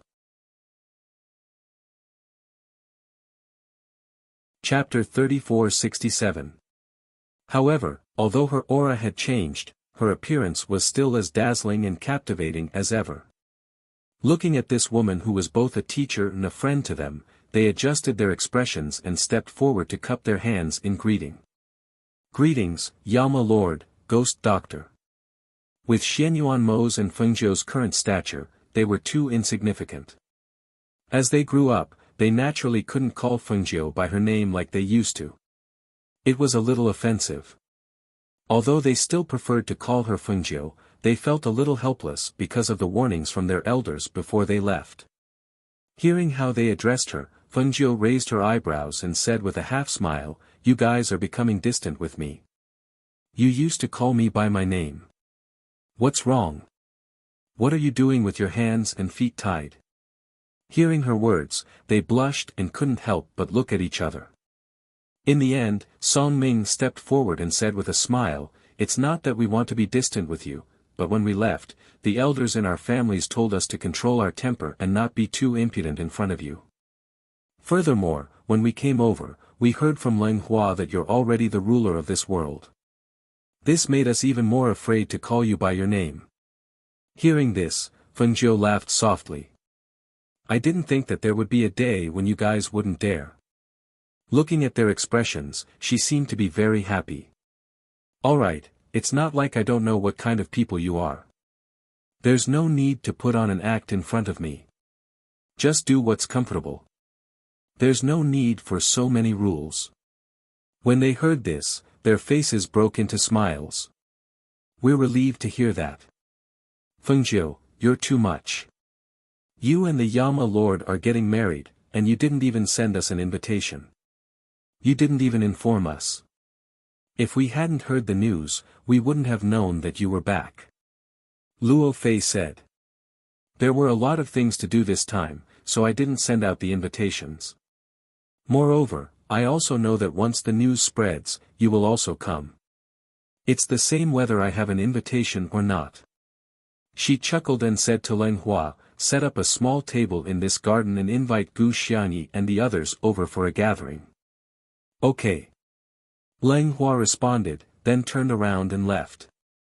Fengjiu, how long do you plan to stay here this time? Are you going to settle down here or go back to the upper realm? Ning Lang asked as his eyes fell on Xianyuan Mose and Fengjiu. Their strength had increased rapidly over the years, but they had not expected that when they saw them again, they were actually god kings. Such heaven-defying existences were actually right in front of them. Fengjiu ate a pastry and said casually, it's hard to say. Maybe we'll stay a little longer, or maybe we'll go back to live there. However, Leng Hua probably hasn't told you yet, right? There's an immortal path between the upper realm and the lower realm. When the time comes, if you want to go, you can also go to the upper realm to take a look. Hearing this, they couldn't help but look at each other in disbelief. Song Ming asked, you mean, no matter what cultivation level we have, we can also go to the upper realm? Yes, that's right. Chapter 3468. Xianyuan Mose didn't really like pastries, but when she handed it to him, he opened his mouth and ate it. After eating the pastry, he took a sip of tea. The taste is alright. It's not very sweet. In his heart, he thought that since she liked it, he would have the servants at his residence make more pastries that she liked. Song Ming and the others watched the two people feeding each other in the pavilion and couldn't help but be dumbfounded. We're still standing here, alright? They're actually flaunting their affection right in front of us. For a moment, they couldn't leave, but they couldn't stay either. This made them feel a little awkward. Fengjiu glanced at them from the corner of his eye, then chuckled. Do you guys want to try it too? As he spoke, he picked up a pastry and suddenly attacked Song Ming. Song Ming was stunned for a moment before he hurriedly reacted and reached out to catch it. He deflected the force of the attack with his palm, preventing the pastry from breaking into pieces and lying in his palm. However, when Song Ming caught the pastry, Fengjiu threw another 3 pieces at Ning Lang and the other 2. Seeing that they all caught the pastries, Fengjiu smiled and said, open your hands for me to see. Song Ming opened his hands and said with a smile, if you want to test our skills, you should at least give us a warning. This sudden attack really gave me a fright. His pastry was intact and didn't break. Because Luo Fei, Ning Lang, and the others were half a beat slower, they crushed a corner of the pastry in their hands. At this moment, they saw Fengjiu's gaze and couldn't help but smile in embarrassment. I accidentally used too much strength. At this moment, Leng Hua had people bring small wine tables over and placed them in the garden. Gu Xianyi and Yi Shuran also walked over. Everyone gathered in the garden and looked at each other before introducing themselves. Fengjiu took out some wine from the space to entertain them. As they drank the wine on the table, they gradually loosened their restraints. On the other side, the white-clothed Mo Chen stood before her master at the peak of Celestial Mountain. She gave a simple report of what had happened in the past few years to her master. After a long time, she did not hear her master speak, so she raised her head to look. Tianji listened to Mo Chen's words and did not speak for a long time. When he saw Tianji looking at him, he could not help but sigh softly. So, in these 5 years, you have been cultivating in the sacred tower and have not been able to sever your feelings? Mo Chen didn't expect his master to say this right away. He paused for a moment, then pursed his lips and lowered his head. He didn't say anything, because he didn't know what to say. The air seemed to have quieted down. Outside, snowflakes drifted down and the cold wind whistled, breaking the silence of that moment. Tianji Zi sighed softly. Silly child. He shook his head and stood up. With his hands behind his back, he walked slowly and looked at the vast expanse of whiteness outside. After a long while, he said, "So, Fengjiu and Xianyuanmos are preparing to get married?" "Yes, they are preparing to go back and get married. This disciple wants to attend their wedding banquet, so I came back to see Master before I left. I also wanted to tell Master about what had happened in the past few years." Chapter 34-69. Hearing this, Tianji Zi sighed and said, "Forget it, forget it. Go." As he spoke, he turned around and slowly walked away, leaving Mo Chen standing alone at the peak, watching the snowflakes fall from the sky. After a long time, he raised his hand to brush off the snowflakes on his body and walked down the mountain step by step, Phoenix Dynasty, Feng Manor. After staying in Feng Manor for a few days, Xianyuanmos bid farewell to the elders in the manor and prepared to leave. Fengjiu sent him out of the city. Along the way, their fingers were interlocked and they did not speak. Only when they reached the city gates did they stop. "Go back. Wait for me to marry you." As Xianyuanmos spoke, he reached out and tucked a strand of her hair behind her ear, feeling a trace of reluctance in his heart. Fengjiu looked at him and reached out to hold his hand, gently saying, "Be careful on the road.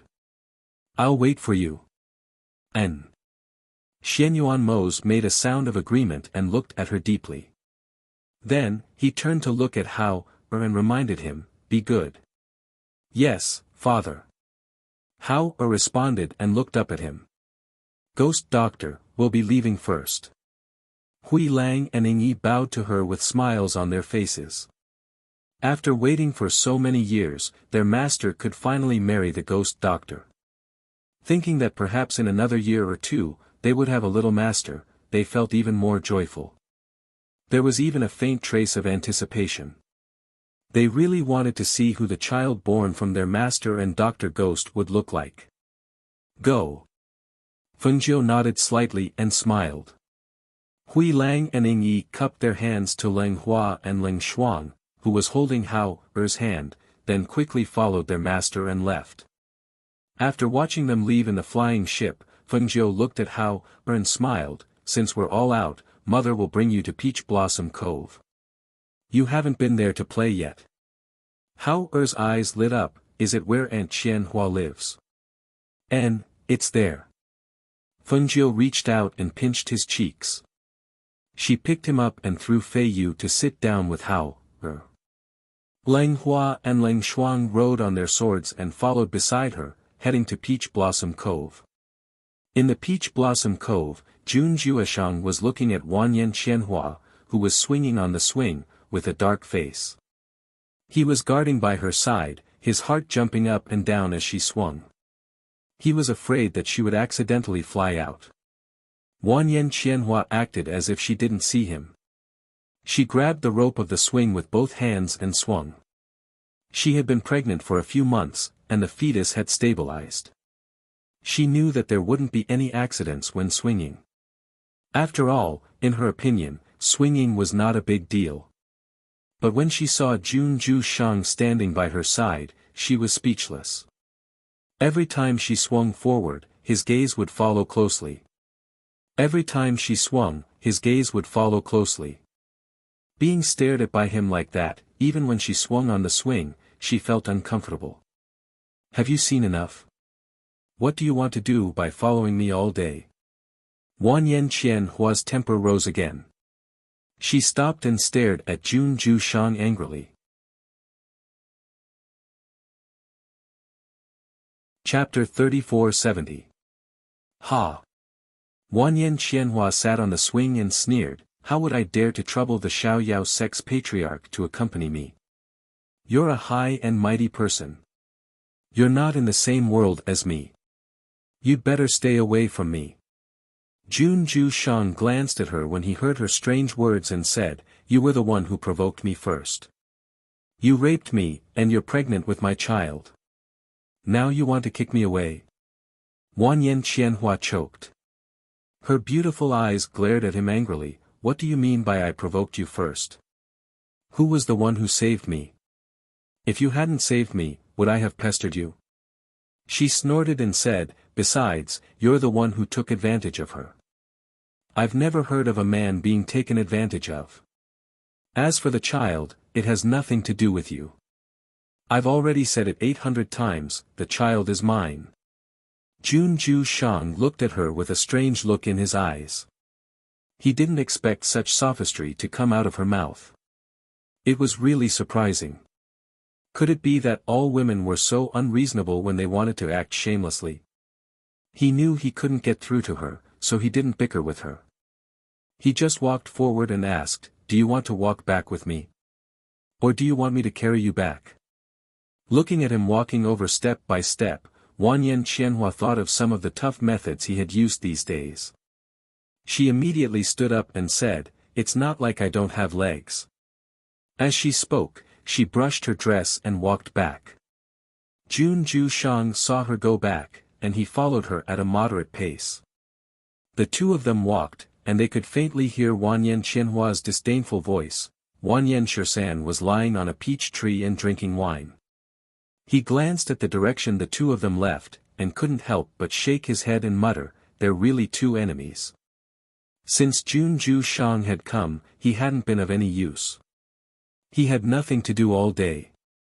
However, the two of them were quite interesting.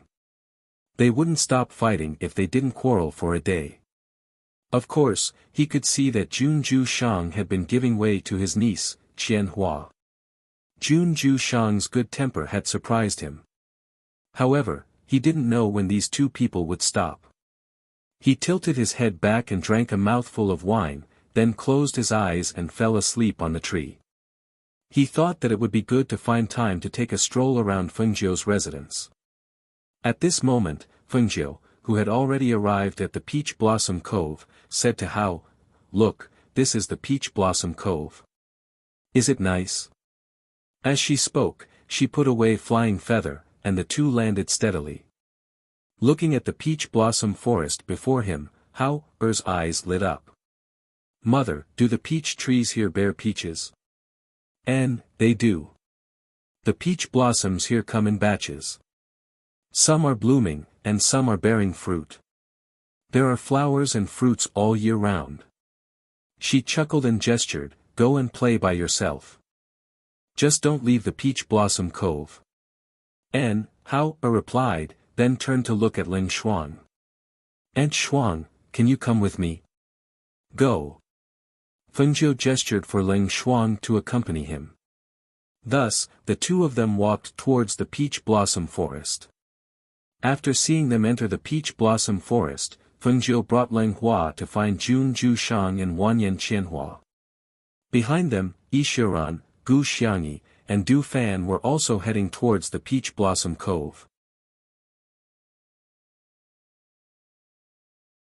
Chapter 3471. This is nourishing. It's suitable for you. Jun Jueshang scooped a bowl of soup and placed it in front of her. "If this is nourishing, what is this for?" Wanyan Qianhua pointed at another bowl of soup and asked angrily. Jun Jueshang glanced at it and said, "It's for the baby." "What about this?" She pointed at another bowl and asked. "It's for the heart and lungs." Her temper was not very good recently. Her heart was too hot. That was why he asked people to make these soups. Anyway, they were suitable for pregnant women. Hearing these words, Wanyan Qianhua was so angry that she could not speak. She took a deep breath and stood up. She turned around and went into the room. She locked the door. Out of sight, out of mind. Seeing this, Jun Juesheng frowned. He stared at the soup on the table for a while and finally said, "You have to drink at least one." "No. Take it away. If you want to drink, drink it yourself." Wanyan Qianhua's voice came from the room. Feng Jiu walked in and heard this. He could not help but chuckle. "What's wrong now?" She glanced at the things on the table and raised her eyebrows. She walked forward and opened them to smell. Then she looked at Jun Juesheng. "Are all these things for my sister? She only had a bowl of soup this morning." Jun Juesheng said. Hearing this, Feng Jiu smiled and said, "I haven't eaten anything since I came out of the house." "Well, I can drink some of the other soup except for the one for the baby." While speaking, she had already scooped a bowl of soup for herself. She shouted to Wanyan Qianhua in the room, "Sister, come out and eat with me." Wanyan Qianhua in the room heard that Feng Jiu had come. She was about to come out. However, thinking that Jun Juesheng was still there, she did not move. Now that she heard Feng Jiu calling her out to drink soup with her, she thought for a while and opened the door and walked out. "You little girl, why didn't you eat at home? Why did you come here? What's so good about this soup?" Wanyan Qianhua said with a look of disdain. She said to Leng Hua, "Go to the kitchen and ask someone to cook 2 dishes. Bring 2 bowls of rice here. Your master can't eat enough soup alone." Leng Hua smiled and nodded. Feng Jiu. Seeing that it was her, Wanyan Qianhua didn't say anything. He took the bowl and drank half of it. Who knew that as soon as he finished, another bowl of soup was pushed over. This. As Jun Juesheng spoke, he pushed the bowl of soup in front of her. However, he saw that her face immediately darkened. Feng Jiu saw it and could not help laughing. She did not ask her to drink the soup. Instead, she said, "Sister, give me your hand. I'll check your pulse and see how the baby is." Wanyan Qianhua suppressed her anger when she heard Feng Jiu's words. She held out her hand and said worriedly, "Take a look. I feel that my temper is not very good these days. Will it affect the baby?" Feng Jiu checked her pulse. She took her hand back and said with a smile, "Your pulse is very stable. Don't worry. But you should try to keep your mood relaxed. The baby can feel your happy mood." She looked at Jun Juesheng and asked, "How are your skills?" Jun Juesheng did not know what she meant. He looked at her and said, "Not bad." Chapter 3472. Hearing this, Jun Juesheng was slightly startled. He looked at Wanyan Qianhua and glanced at her abdomen. He nodded and said, "Yes, I understand." Wanyan Qianhua ignored him. She looked at Feng Jiu and asked, "There's only about a month left until you and Mose get married. Why do you keep coming here? Don't you need help with the matters in the residence?" Feng Jiu smiled and said, "My parents are taking care of those matters. I don't need to do anything. As for the wedding dress and the like, Mose told me that he'll prepare it. After a while, he'll send someone to deliver it to me. So right now, I can be said to be the most idle person here. Once the news of your marriage spreads, it can be said that it has caused a sensation in both the upper world and the lower world. I'm worried that someone will take the opportunity to cause trouble." Wanyan Qianhua said. She was worried about their wedding. Forget about the people in the lower world. But in the upper world, as well as the hidden enemies, would they take advantage of their wedding to cause trouble? Feng Jiu shook his head and said, "No, I don't think they have the guts." They had also discussed this matter. However, in the end, they felt that their enemies would not dare to use their wedding as an excuse to cause trouble. Not to mention the fact that they were god kings, the people who would come to congratulate them would be experts from all over the world. Those people would have to be tired of living to cause a ruckus at such an occasion. The two of them chatted while drinking soup. Jun Juesheng sat quietly to the side. From time to time, he would add soup for Wanyan Qianhua when she was talking to Feng Jiu and not paying attention. This continued until Leng Hua personally brought the dishes over. With Feng Jiu accompanying her, Wanyan Qianhua ate half a bowl of rice. In the peach blossom forest, Hao wandered around and met Wanyan Shisan, who was a little tipsy. Leng Shuang. And this kid? Why are you here? Wanyan Shisan narrowed his eyes, burped, and asked, Feng Jiu is here too?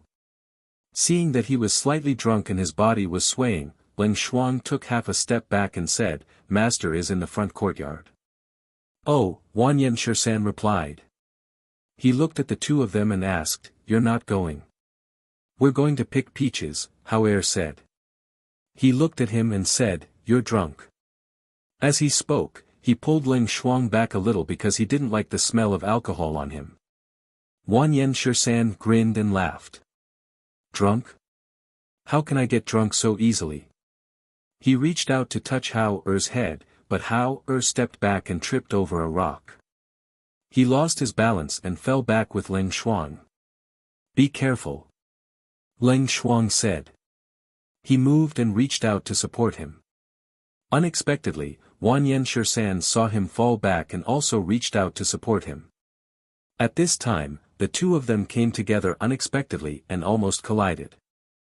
Leng Shuang instinctively moved back to avoid them, but because he was pulled by Hao-er, he also fell to the ground. Wanyan Shisan instinctively wanted to avoid it. However, he, who was slightly drunk, inadvertently glanced at Leng Shuang and saw that there was a sharp stone as big as a fist on the ground behind her. If he let her fall, she would be hurt. At that moment, he, who was about to retreat, leaned forward and reached out to hold her waist. He pulled her up together with Hao-er who was about to fall. Chapter 34-73. However, at this moment, Wanyan Shisan let go of his hand and took a step back. He burped and staggered backward, waving his hand. Be careful, don't fall. There are stones on the ground. I'm going back to sleep. As he spoke, he turned to leave. However, he saw Du Fan and the others standing not far away. He grinned and said, Why are you all here? There are so many unfamiliar faces. Du Fan, Gu Xiangyi, and the others had seen the scene just now. When they saw that the two people's expressions were normal, they suppressed their surprise and walked forward. Du Fan smiled and said, They have nothing to do, so I accompanied them to the Peach Blossom Cove for a walk. Leng Shuang was about to leave with Hao-er, but when he saw them, he also walked forward. Do you need me to accompany you? Wanyan Shisan asked with a smile. There was a hint of drunkenness on his face. His body swayed slightly as he said, I've lived here for a long time and I'm familiar with this place. If you need me to accompany you, I don't mind drinking with you. Du Fan fanned himself with the fan in his hand and walked in front of him. He smiled and said, No need, I'll just walk with them. We're all family, so there's no need to be so formal. Seeing this, Wanyan 13 nodded and said, That's fine. You can do whatever you want. As he spoke, he hummed a tuneless tune and walked back with swaying steps. After he left, Du Fan looked at Leng Shuang and Hao-er. Do you want to walk around the peach blossom forest too? Yes, Leng Shuang responded and did not say anything else. Hao said, I want to see the peaches. In that case, let's go together. Du Fan smiled and looked at the people behind him. He asked, What do you all think? It's my first time here. I want to see the beautiful scenery here. It's great to have you all accompany me, Gu Xiangyi said. Yi Shiran glanced at the surroundings and said, I'd better just walk around casually. You guys go ahead. He was not very interested in the peach blossom forest. Rather than looking at the peach blossoms and peaches, he would rather find a place to sit down and drink. The four of us walked around the last time we came back, so we won't be going. Song Ming smiled and looked at Luo Fei and the others. How about we find a place to drink? My thoughts exactly. Duan Yi, Luo Fei, and Ning Lang replied. Seeing this, Du Fan smiled and looked at Ling Shuang. If that's the case, I'll accompany them. I'll leave young Master Gu to Ling Shuang. Hearing this, Ling Shuang was stunned, and Gu Xiangyi's eyes flashed. She smiled at Ling Shuang and said, "Sorry to trouble you." Ling Shuang nodded slightly and then walked with him and Hao to the peach forest. Seeing them leave, the others smiled and walked to the other side, ready to find a place to sit down and drink. Gu Xiangyi, who was walking with Ling Shuang in the peach blossom forest, suddenly felt that the two of them walking like this did not know what to talk about. She felt a little awkward in the silence. After walking for a while, Hao saw another peach blossom forest in front of them. Seeing that there were peaches there, he ran forward excitedly, leaving the two of them walking behind. "Thank you so much for last time." Gu Xiangyi opened her mouth and broke the silence between the two. Chapter 34-74. "You've already thanked Master," she said faintly and walked forward unhurriedly. Gu Xiangyi looked ahead and said, "If it weren't for you, I wouldn't have met Fengjiu. So, I still have to thank you." Hearing this, Ling Shuang didn't say anything. She just walked quietly and looked at Hao who was playing in the peach forest. Gu Xiangyi quietly accompanied him. The two of them came to the peach forest and stood under a peach tree, watching Hao climb up the tree. "Aunt Shuang, can we pick some peaches to take back?" Hao asked from the tree. Looking at the mouth-watering peaches, he couldn't help but pick one, wipe it clean, and take a bite. "Yes, pick more. Give some to Miss Wanyan and the others, and bring some back to the residence," Ling Shuang said and took out 2 baskets from his space. When Hao heard this, he happily agreed. He ate the peach in his hand in a few bites. Then, he picked the biggest peach and threw it down. "Auntie Shuang, catch." Ling Shuang stood below and caught the peaches. He put the peaches in the baskets. After picking 2 baskets full of peaches, Ling Shuang was about to lift them when he saw Gu Xiangyi bending down to pick them up. "I'll do it," Gu Xiangyi said and looked at her and Hao. "Are we going back?" Ling Shuang looked at Hao and Hao agreed. Then, the 3 of them walked back. Fengjiu accompanied Wanyan Qianhua out for a walk and saw a few people drinking under the peach tree. Seeing them, she raised her eyebrows. "Why are you here? The scenery here is good. It's perfect for drinking and parties." Song Ming said and glanced at Fengjiu and Wanyan Qianhua, then looked at Jun Jueshang. "Do you want to drink a few cups?" Duan Yi asked. "No, I just had dinner with my sister and was about to take a walk," Fengjiu said. Mother. Hao's voice came from nearby. Fengjiu looked over and saw the little figure running over.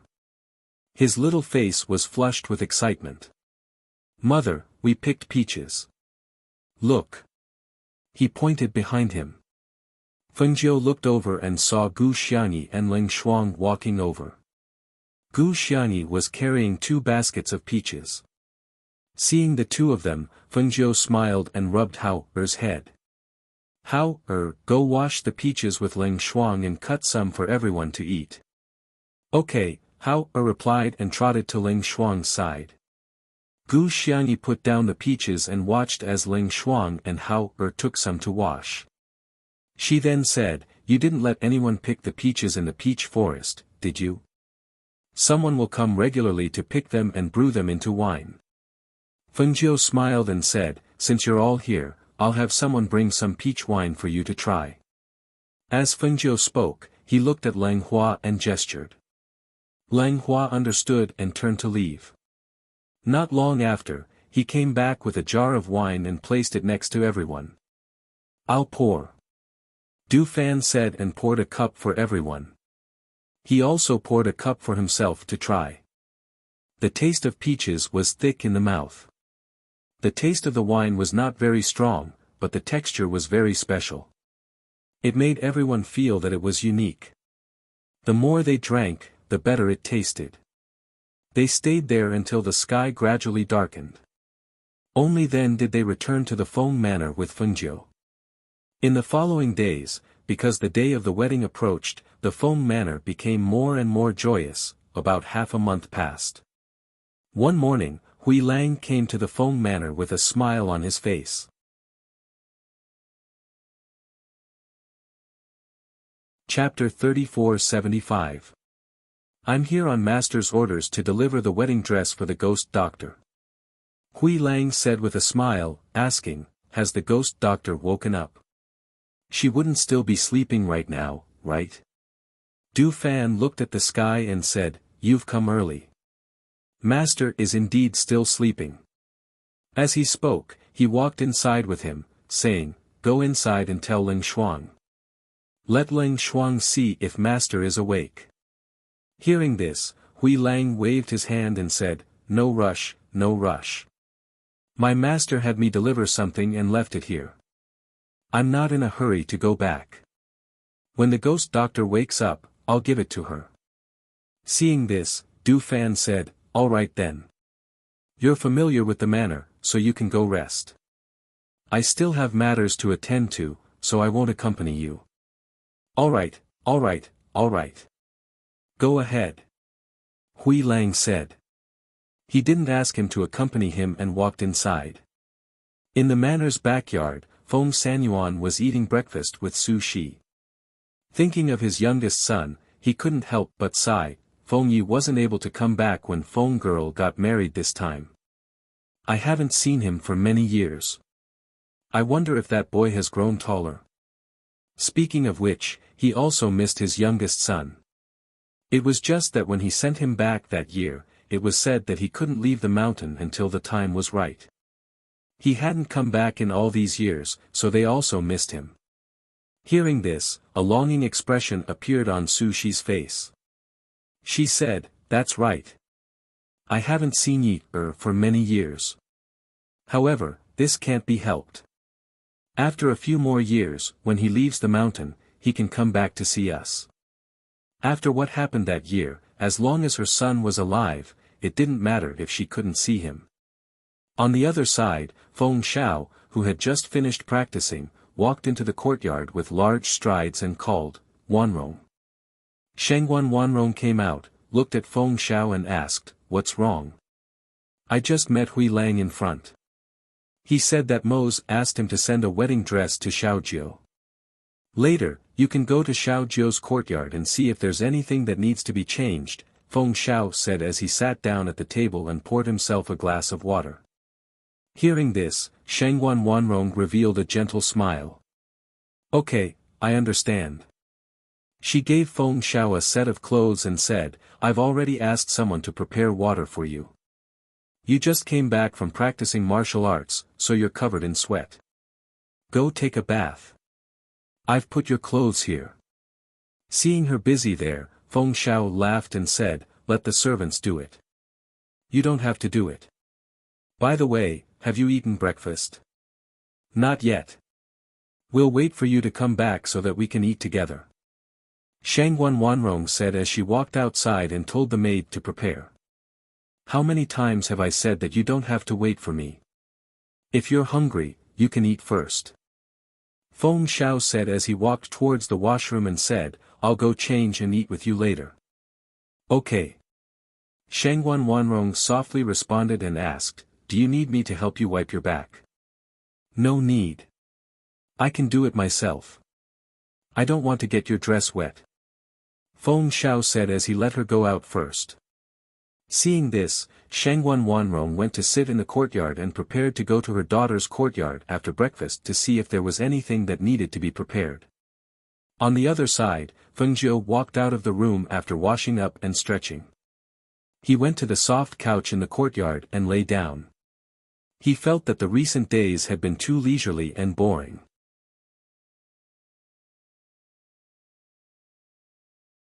Chapter 3476. Fengjiu, who was lazily lying on the soft couch, heard this and immediately became alert. Hui Lang is here. Why is he here? Where is he? Tell him to come. He said that he was following the Yama Lord's orders to deliver the wedding dress to Master. Because he came early in the morning, he didn't disturb Master. I'll go call him over now. Leng Shuang said and then retreated. Wedding dress. Fengjiu lay back on the soft couch, her hands behind her head. She looked at the sky and thought, Zay said that he would prepare the wedding dress. I wonder what kind of wedding dress he'll prepare. It had to be said that at this moment, she was really looking forward to it. Not long after, Leng Shuang and Hui Lang walked in together. Ghost Doctor. Hui Lang smiled as he walked in. Master told me to deliver the wedding dress. The Ghost Doctor will definitely like it. Fengjiu sat up and asked, where is it? Take it out and let me see. Hui Lang made a sound of agreement and then took out a large square box from his space. He carried the large box to Fengjiu and said to Leng Shuang, help me open the box. Leng Shuang stepped forward and opened the large box, then retreated to the side. His eyes naturally looked towards the large box, and he couldn't help but be unable to move his eyes away. Fengjiu watched as the box was opened. In an instant, brilliant lights and vibrant colors shone out, causing her eyes to be dazzled. Although she didn't pick up the wedding dress and unfold it, just by looking at it, she knew that this wedding dress was very beautiful and dazzling. This was already beyond the scope of a wedding dress. It could be said that it was a dazzling immortal dress. The dazzling red and noble gold set off each other, so beautiful that it made people unable to move their eyes away. When Hui Lang saw the surprise in Fengjiu's eyes and the joy on his face, the smile on his face deepened. He was about to speak with a smug look on his face when he heard Shangguan Wanrong's voice behind him. Xiao Jiu, I heard that Mose asked Hui Lang to send you a wedding dress. What kind of wedding dress is it?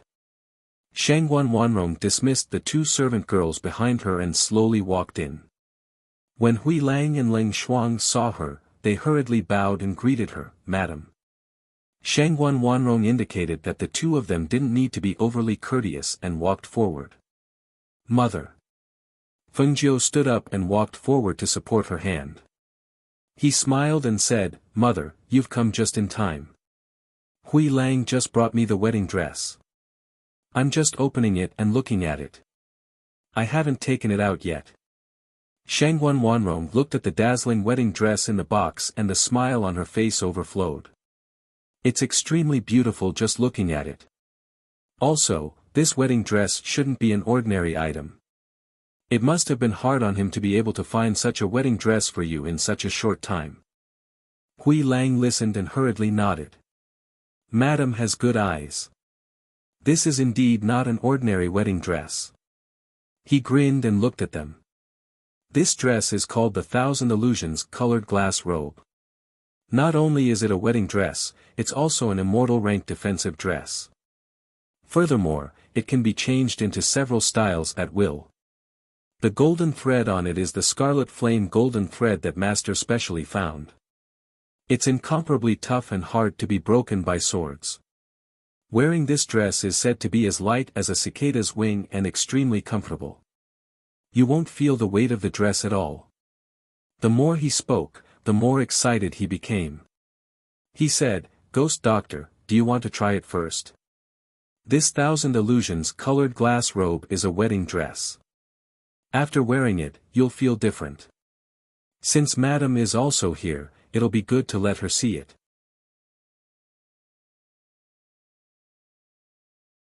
Chapter 3477. Hearing this, Fengjiu thought for a moment, then said, That's fine, let's try it on. Thus, she had Leng Shuang take the box containing the clothes from Hui Lang's hands, and walked towards the room. Hui Lang waited outside, while Shangguan Wanrong and Leng Shuang accompanied Fengjiu into the room to change. In the room, when Shangguan Wanrong and Leng Shuang took the clothes out of the box, they discovered that the new wedding dress was actually a long dress with a trailing tail, extremely luxurious and dazzling. Layers of light muslin overlapped, but it was as light as a cicada's wing, as smooth as silk. Shangguan Wanrong saw this, and her face overflowed with a smile. Quickly, quickly put it on and see. This wedding dress must be extremely beautiful on you. Seeing this, Fengjiu let the two of them help her put on the dress. Because it was a wedding dress, it looked grand and luxurious.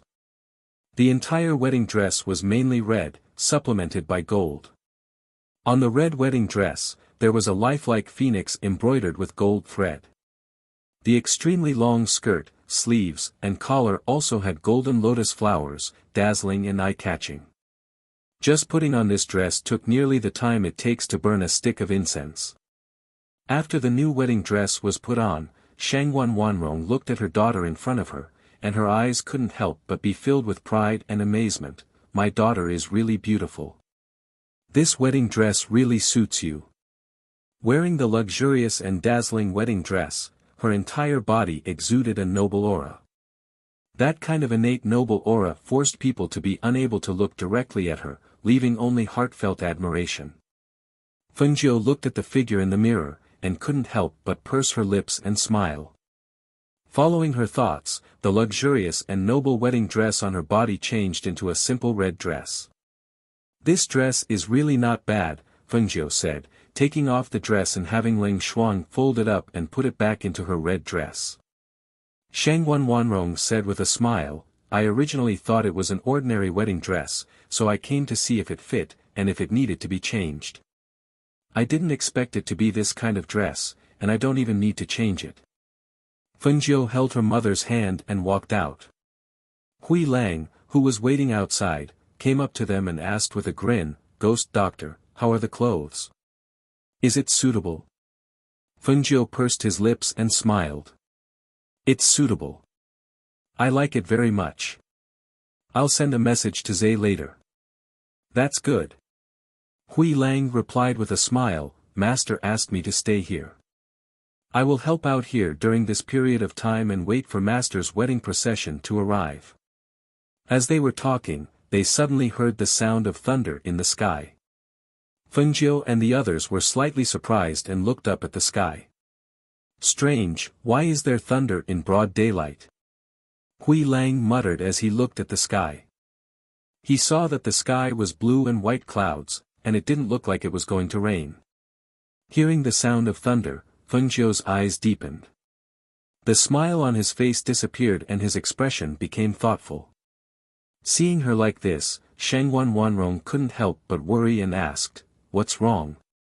Fengjiu smiled slightly and comforted, It's nothing. Her voice paused and said, Mother, you go back first. I want to go to Peach Blossom Cove. Hearing this, Shangguan Wanrong said, Qian Hua lives in Peach Blossom Cove. It's not as good as living in the manor. Why don't you let her move in? No need, she likes it there. It's quiet there, and Jun Ju Shang and Wanyan Shirsan are there. Don't worry about her. Fengjiu said with a smile.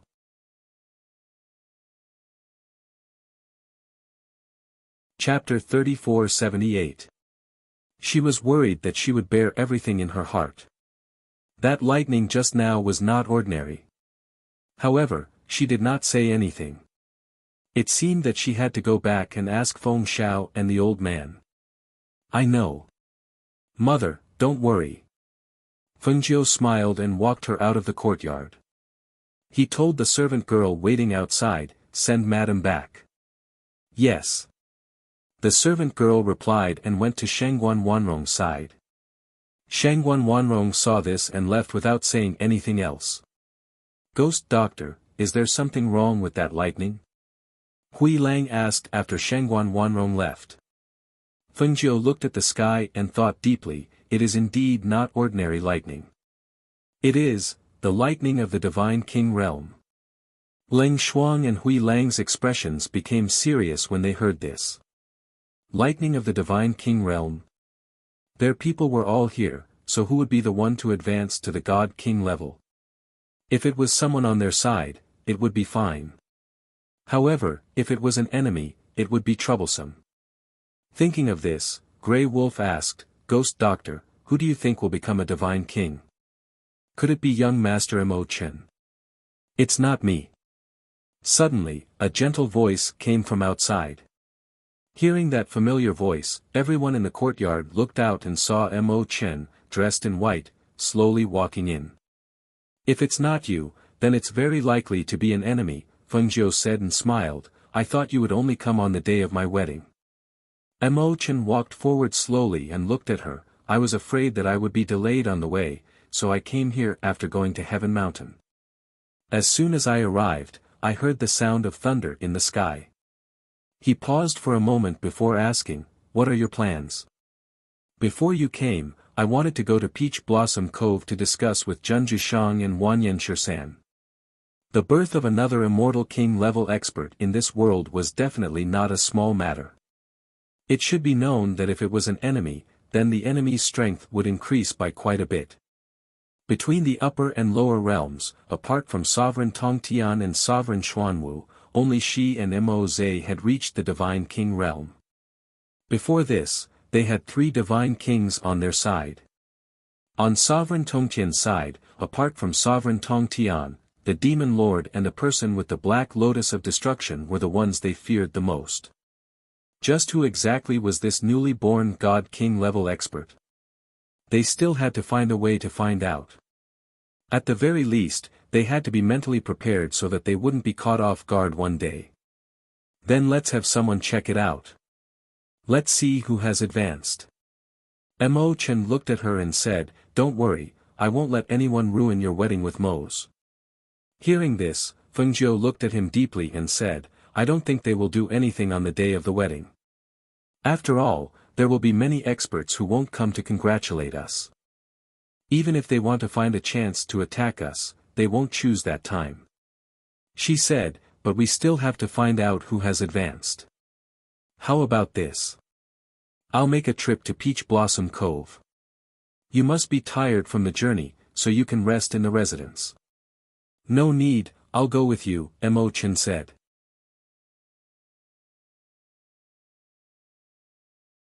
Chapter 3479. Junju Shang was originally accompanying Wanyan Qianhua in the Peach Blossom Cove. Wanyan Shirsan was also in the courtyard. When the 3 of them heard the commotion in the sky, they raised their heads and looked up in surprise. The heavenly lightning is not normal. It seems like someone has broken through. Wanyan Shirsan rubbed his chin as he spoke. He stared at the sky for a while, then looked at Junju Shang. "What do you think?" The heavenly lightning struck 3 times, and the fluctuations were extremely strong.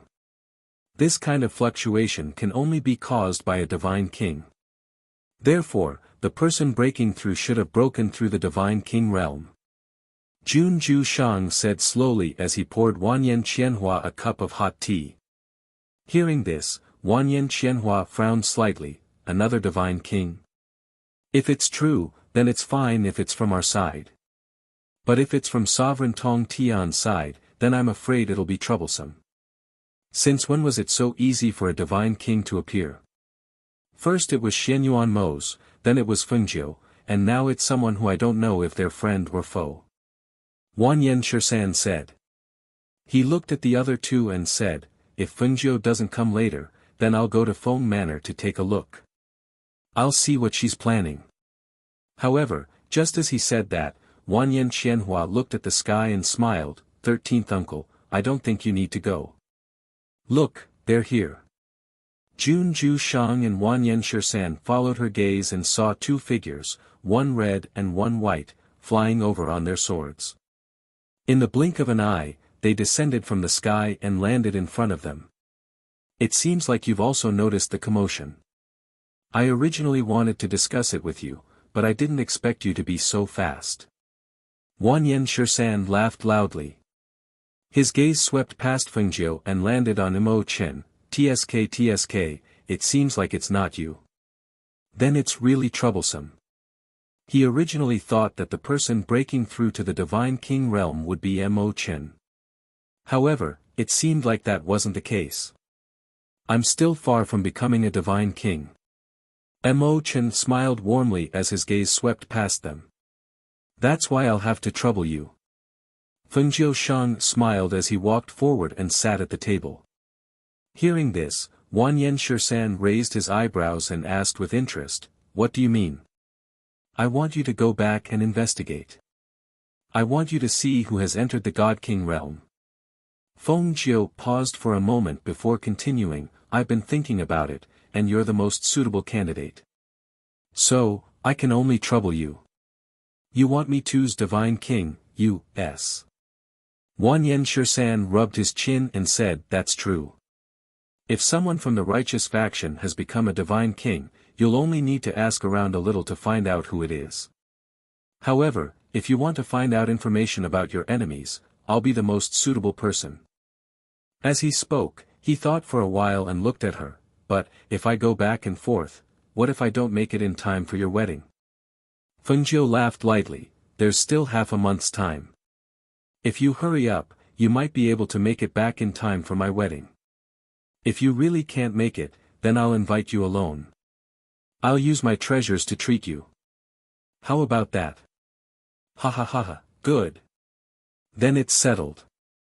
Wanyan Shirsan laughed loudly and said, "Then why don't you tell me, who do you think is the most likely person to become a Divine King? That way, I'll have a direction to work on and won't have to investigate blindly."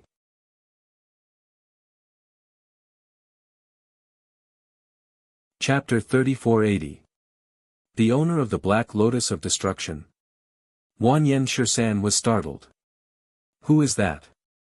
Also, this Black Lotus of Destruction, could it be the one from ancient times?"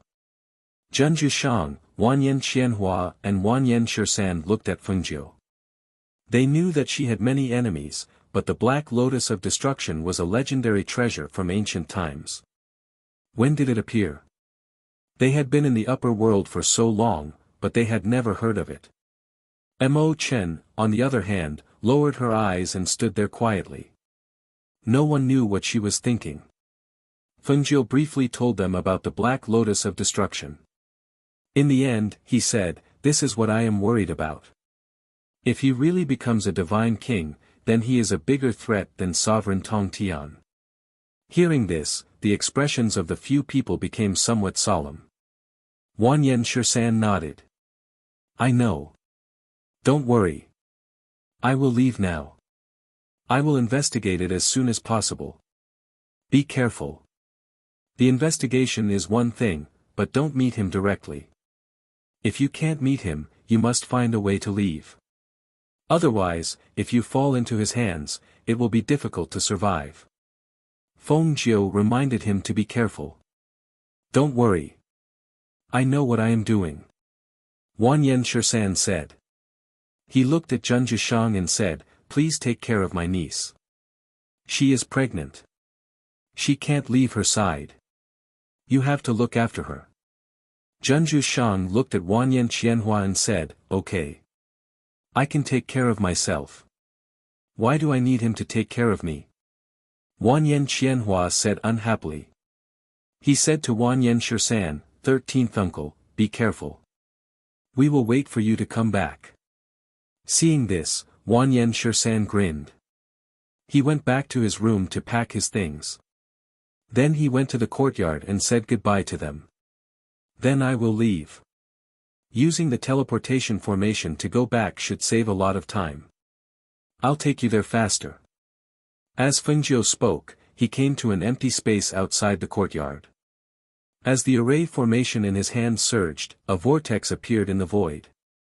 Wanyan Shirsan stepped forward, looked at the vortex, and asked with a smile, "Where are you going to send me?" "You'll know when you get there," Feng Jiu said. "All right. I'll take my leave then." Wanyan Shirsan glanced at them. The next moment, he walked into the whirlpool and disappeared. With a wave of Feng Jiu's hand, the array was retracted, and the vortex disappeared. "You sent him to the place with the closest fluctuation?" Mo Chen asked. His gaze fell on Feng Jiu. "Do you think that the owner of the Black Lotus of Destruction is somewhere in the upper world? And not in Sovereign Tongtian's territory? For so many years, there has been no movement from that person. It's as if he has disappeared. I think he must have found a place to concentrate on cultivation. Otherwise, how could he enter the Divine King realm in a few years without the help of elixirs? Fengjiu said slowly. Then he paused and said, the power of the Black Lotus of Destruction is extraordinary. Even divine kings have to be very careful when facing him. After all, even I can't restrain the power of his Black Lotus of Destruction.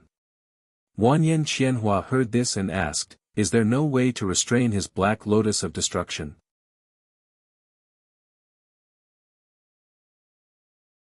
Chapter 3481.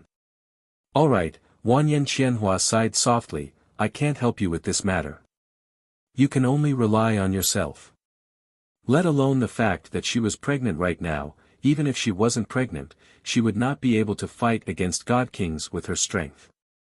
If it were not for Fengjiu and the others who were also God Kings, they would be instantly slain if they fought against God Kings.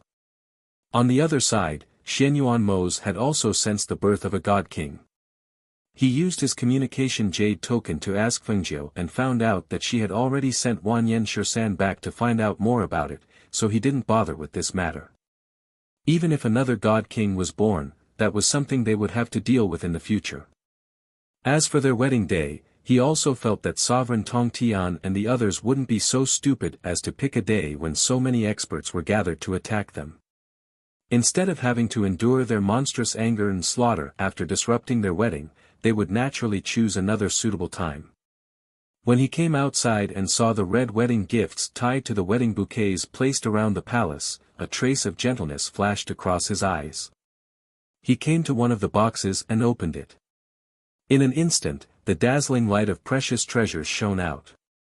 After glancing at the treasures, he looked at Ying Yi and said, Ren Xiang is here. Tell him to count the betrothal gifts again. Yes. Ying Yi nodded and watched him go in. Only then did he step forward and seal the box again. There were more than 100 boxes of gifts, each of them extremely precious. Every item was priceless. Many of them were treasures that his master had collected over many years, as well as items that he had ordered people to collect some time ago. Any one of them would cause a huge commotion if taken out. Now, all these treasures were piled up here. He had ordered people to guard the inside and outside to prevent any unforeseen events from happening. In an extremely remote forest in the upper realm, there were more than 100 black-robed cultivators standing in front of a cave. Among them, a woman in a white dress stood among them. If Fengjiu and the others saw her, they would recognize her as Xianyuan Mose's junior sister, Yun Shuexin.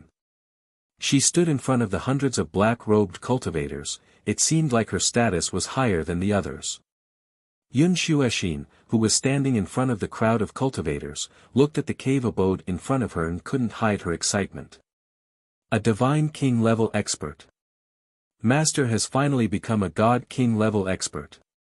When she found out that Xianyuan Mose and Fengjiu had disappeared for 5 years and were now God King level experts, she almost despaired.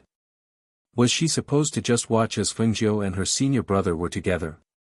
She clenched her fists tightly and gritted her teeth when she thought of how she had suffered at the hands of Fengjiu. Back then, she had sworn that she would not let her have an easy time. She couldn't do it with her own strength, but her master could. They wanted to get married. Don't even think about it. At this time, the stone door of the cave slowly opened. The enchantment and array formation around the cave also dispersed as the person walked out. Seeing that person walk out, the hundreds of black-clothed cultivators outside excitedly knelt down and greeted him loudly. Greetings, Master. Congratulations on becoming a Divine King level expert. Master's divine power is unparalleled and unrivaled. Master's divine power is unparalleled and unrivaled.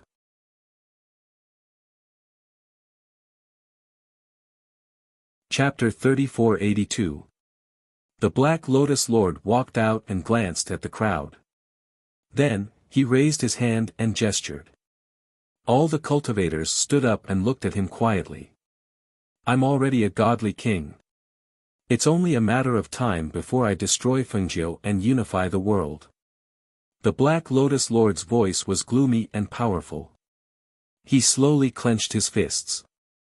His cold and sharp eyes were filled with battle intent and arrogance. The crowd couldn't help but get excited. Master's skills are unparalleled. It's only a matter of time before you destroy Fengjiu and unify the world. Master's skills are unparalleled. It's only a matter of time before you destroy Fengjiu and unify the world. Passionate voices echoed in the forest.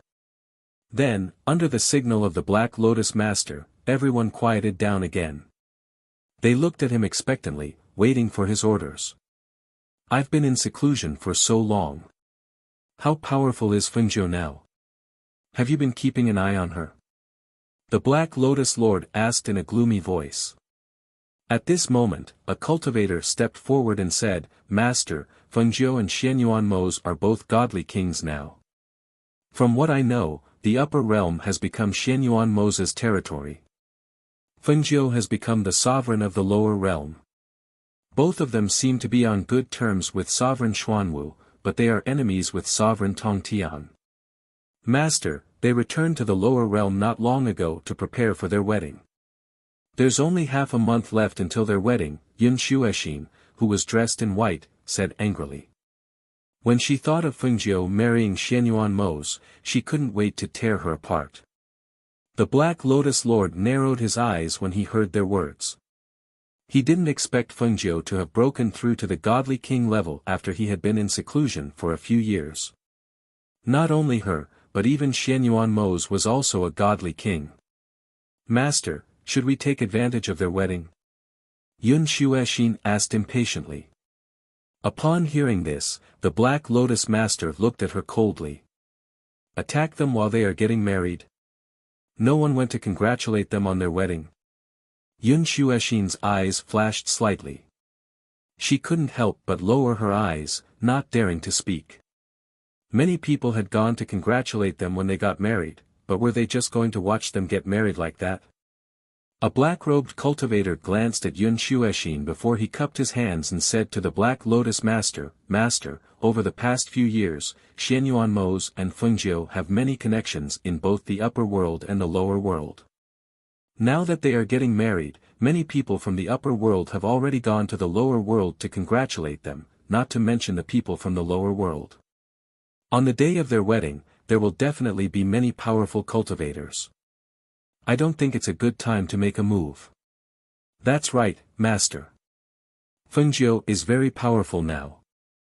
I think we can join forces with Sovereign Tongtian and the others and use them to deal with Fengjiu. It'll be much easier. No one knew what the Black Lotus Lord was thinking, but his eyes flashed slightly. After a long while, he ordered, send someone to contact Sovereign Tongtian. Tell him that I want to discuss this with him. As soon as he finished speaking, his cold gaze landed on Yun Shuexin. After a while, he said, come in with me.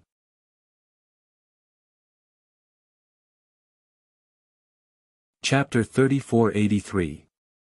Due to the presence of the spirit gathering array in the cave, she felt relaxed as soon as she entered. Her body could not help but absorb the aura of spiritual energy in the cave. There was a simple stone table in the cave. As she walked further in, the stone door opened, and she felt cold all of a sudden. The cave was like an ice cellar, and the surrounding walls were illuminated by luminous pearls. Even though there were no windows in the cave, it still looked as bright as day. In the corner of the ice wall, there was an ice bed emitting traces of cold air. When she entered the room, she could only feel a cold air rushing from the soles of her feet to the bottom of her heart. Master, do you have any instructions for me to come in? Inexplicably, she felt uneasy. Why did he ask her to come in? There was nothing in here except for an ice bed. The sealed surroundings made her feel uneasy. She did not know what he wanted to do. Don't you want to get Xianyuan Mose? Don't you want to tear Fengjiu into pieces? Do you think your current strength is enough to fight with Fengjiu? The Black Lotus Lord turned around with his hands behind his back, and his cold gaze landed on Yun Shuexin. Right now, I have a way to increase your strength. Furthermore, I can give you the ability to activate the aura of the Black Lotus. Do you want it? A cold voice came out of his mouth. As he spoke, he walked closer to her and looked down at Yun Xuexin, who was standing in front of him. An unfathomable dark light flashed across his cold eyes. Yun Xuexin's heart skipped a beat, and she could not help but take a step back. The master in front of her made her inexplicably fearful, especially the light in his eyes. It made her tremble in fear and want to escape. She swallowed her saliva and suppressed the fear in her heart. With a glimmer of hope, she asked, "Master, what should Xuexin do? Can I obtain the power of the Black Lotus?" She had a feeling that if she turned around and fled now, she would definitely be killed by him. No. The consequences would be worse than death. I will tell you. The Black Lotus Lord smiled coldly and reached out to touch her beautiful face. In an instant, Yun Xuexin felt as if she had been stared at by a poisonous snake. She was so shocked that her face turned pale. Instinctively, she exclaimed and retreated, looking at him warily. Master, what are you trying to do?" Her voice was trembling and filled with disbelief. Haven't you already guessed it? The Black Lotus Master stood still and stared at her with narrowed eyes. Do you think it's so easy to get the aura of the Black Lotus that even Fengjiu fears?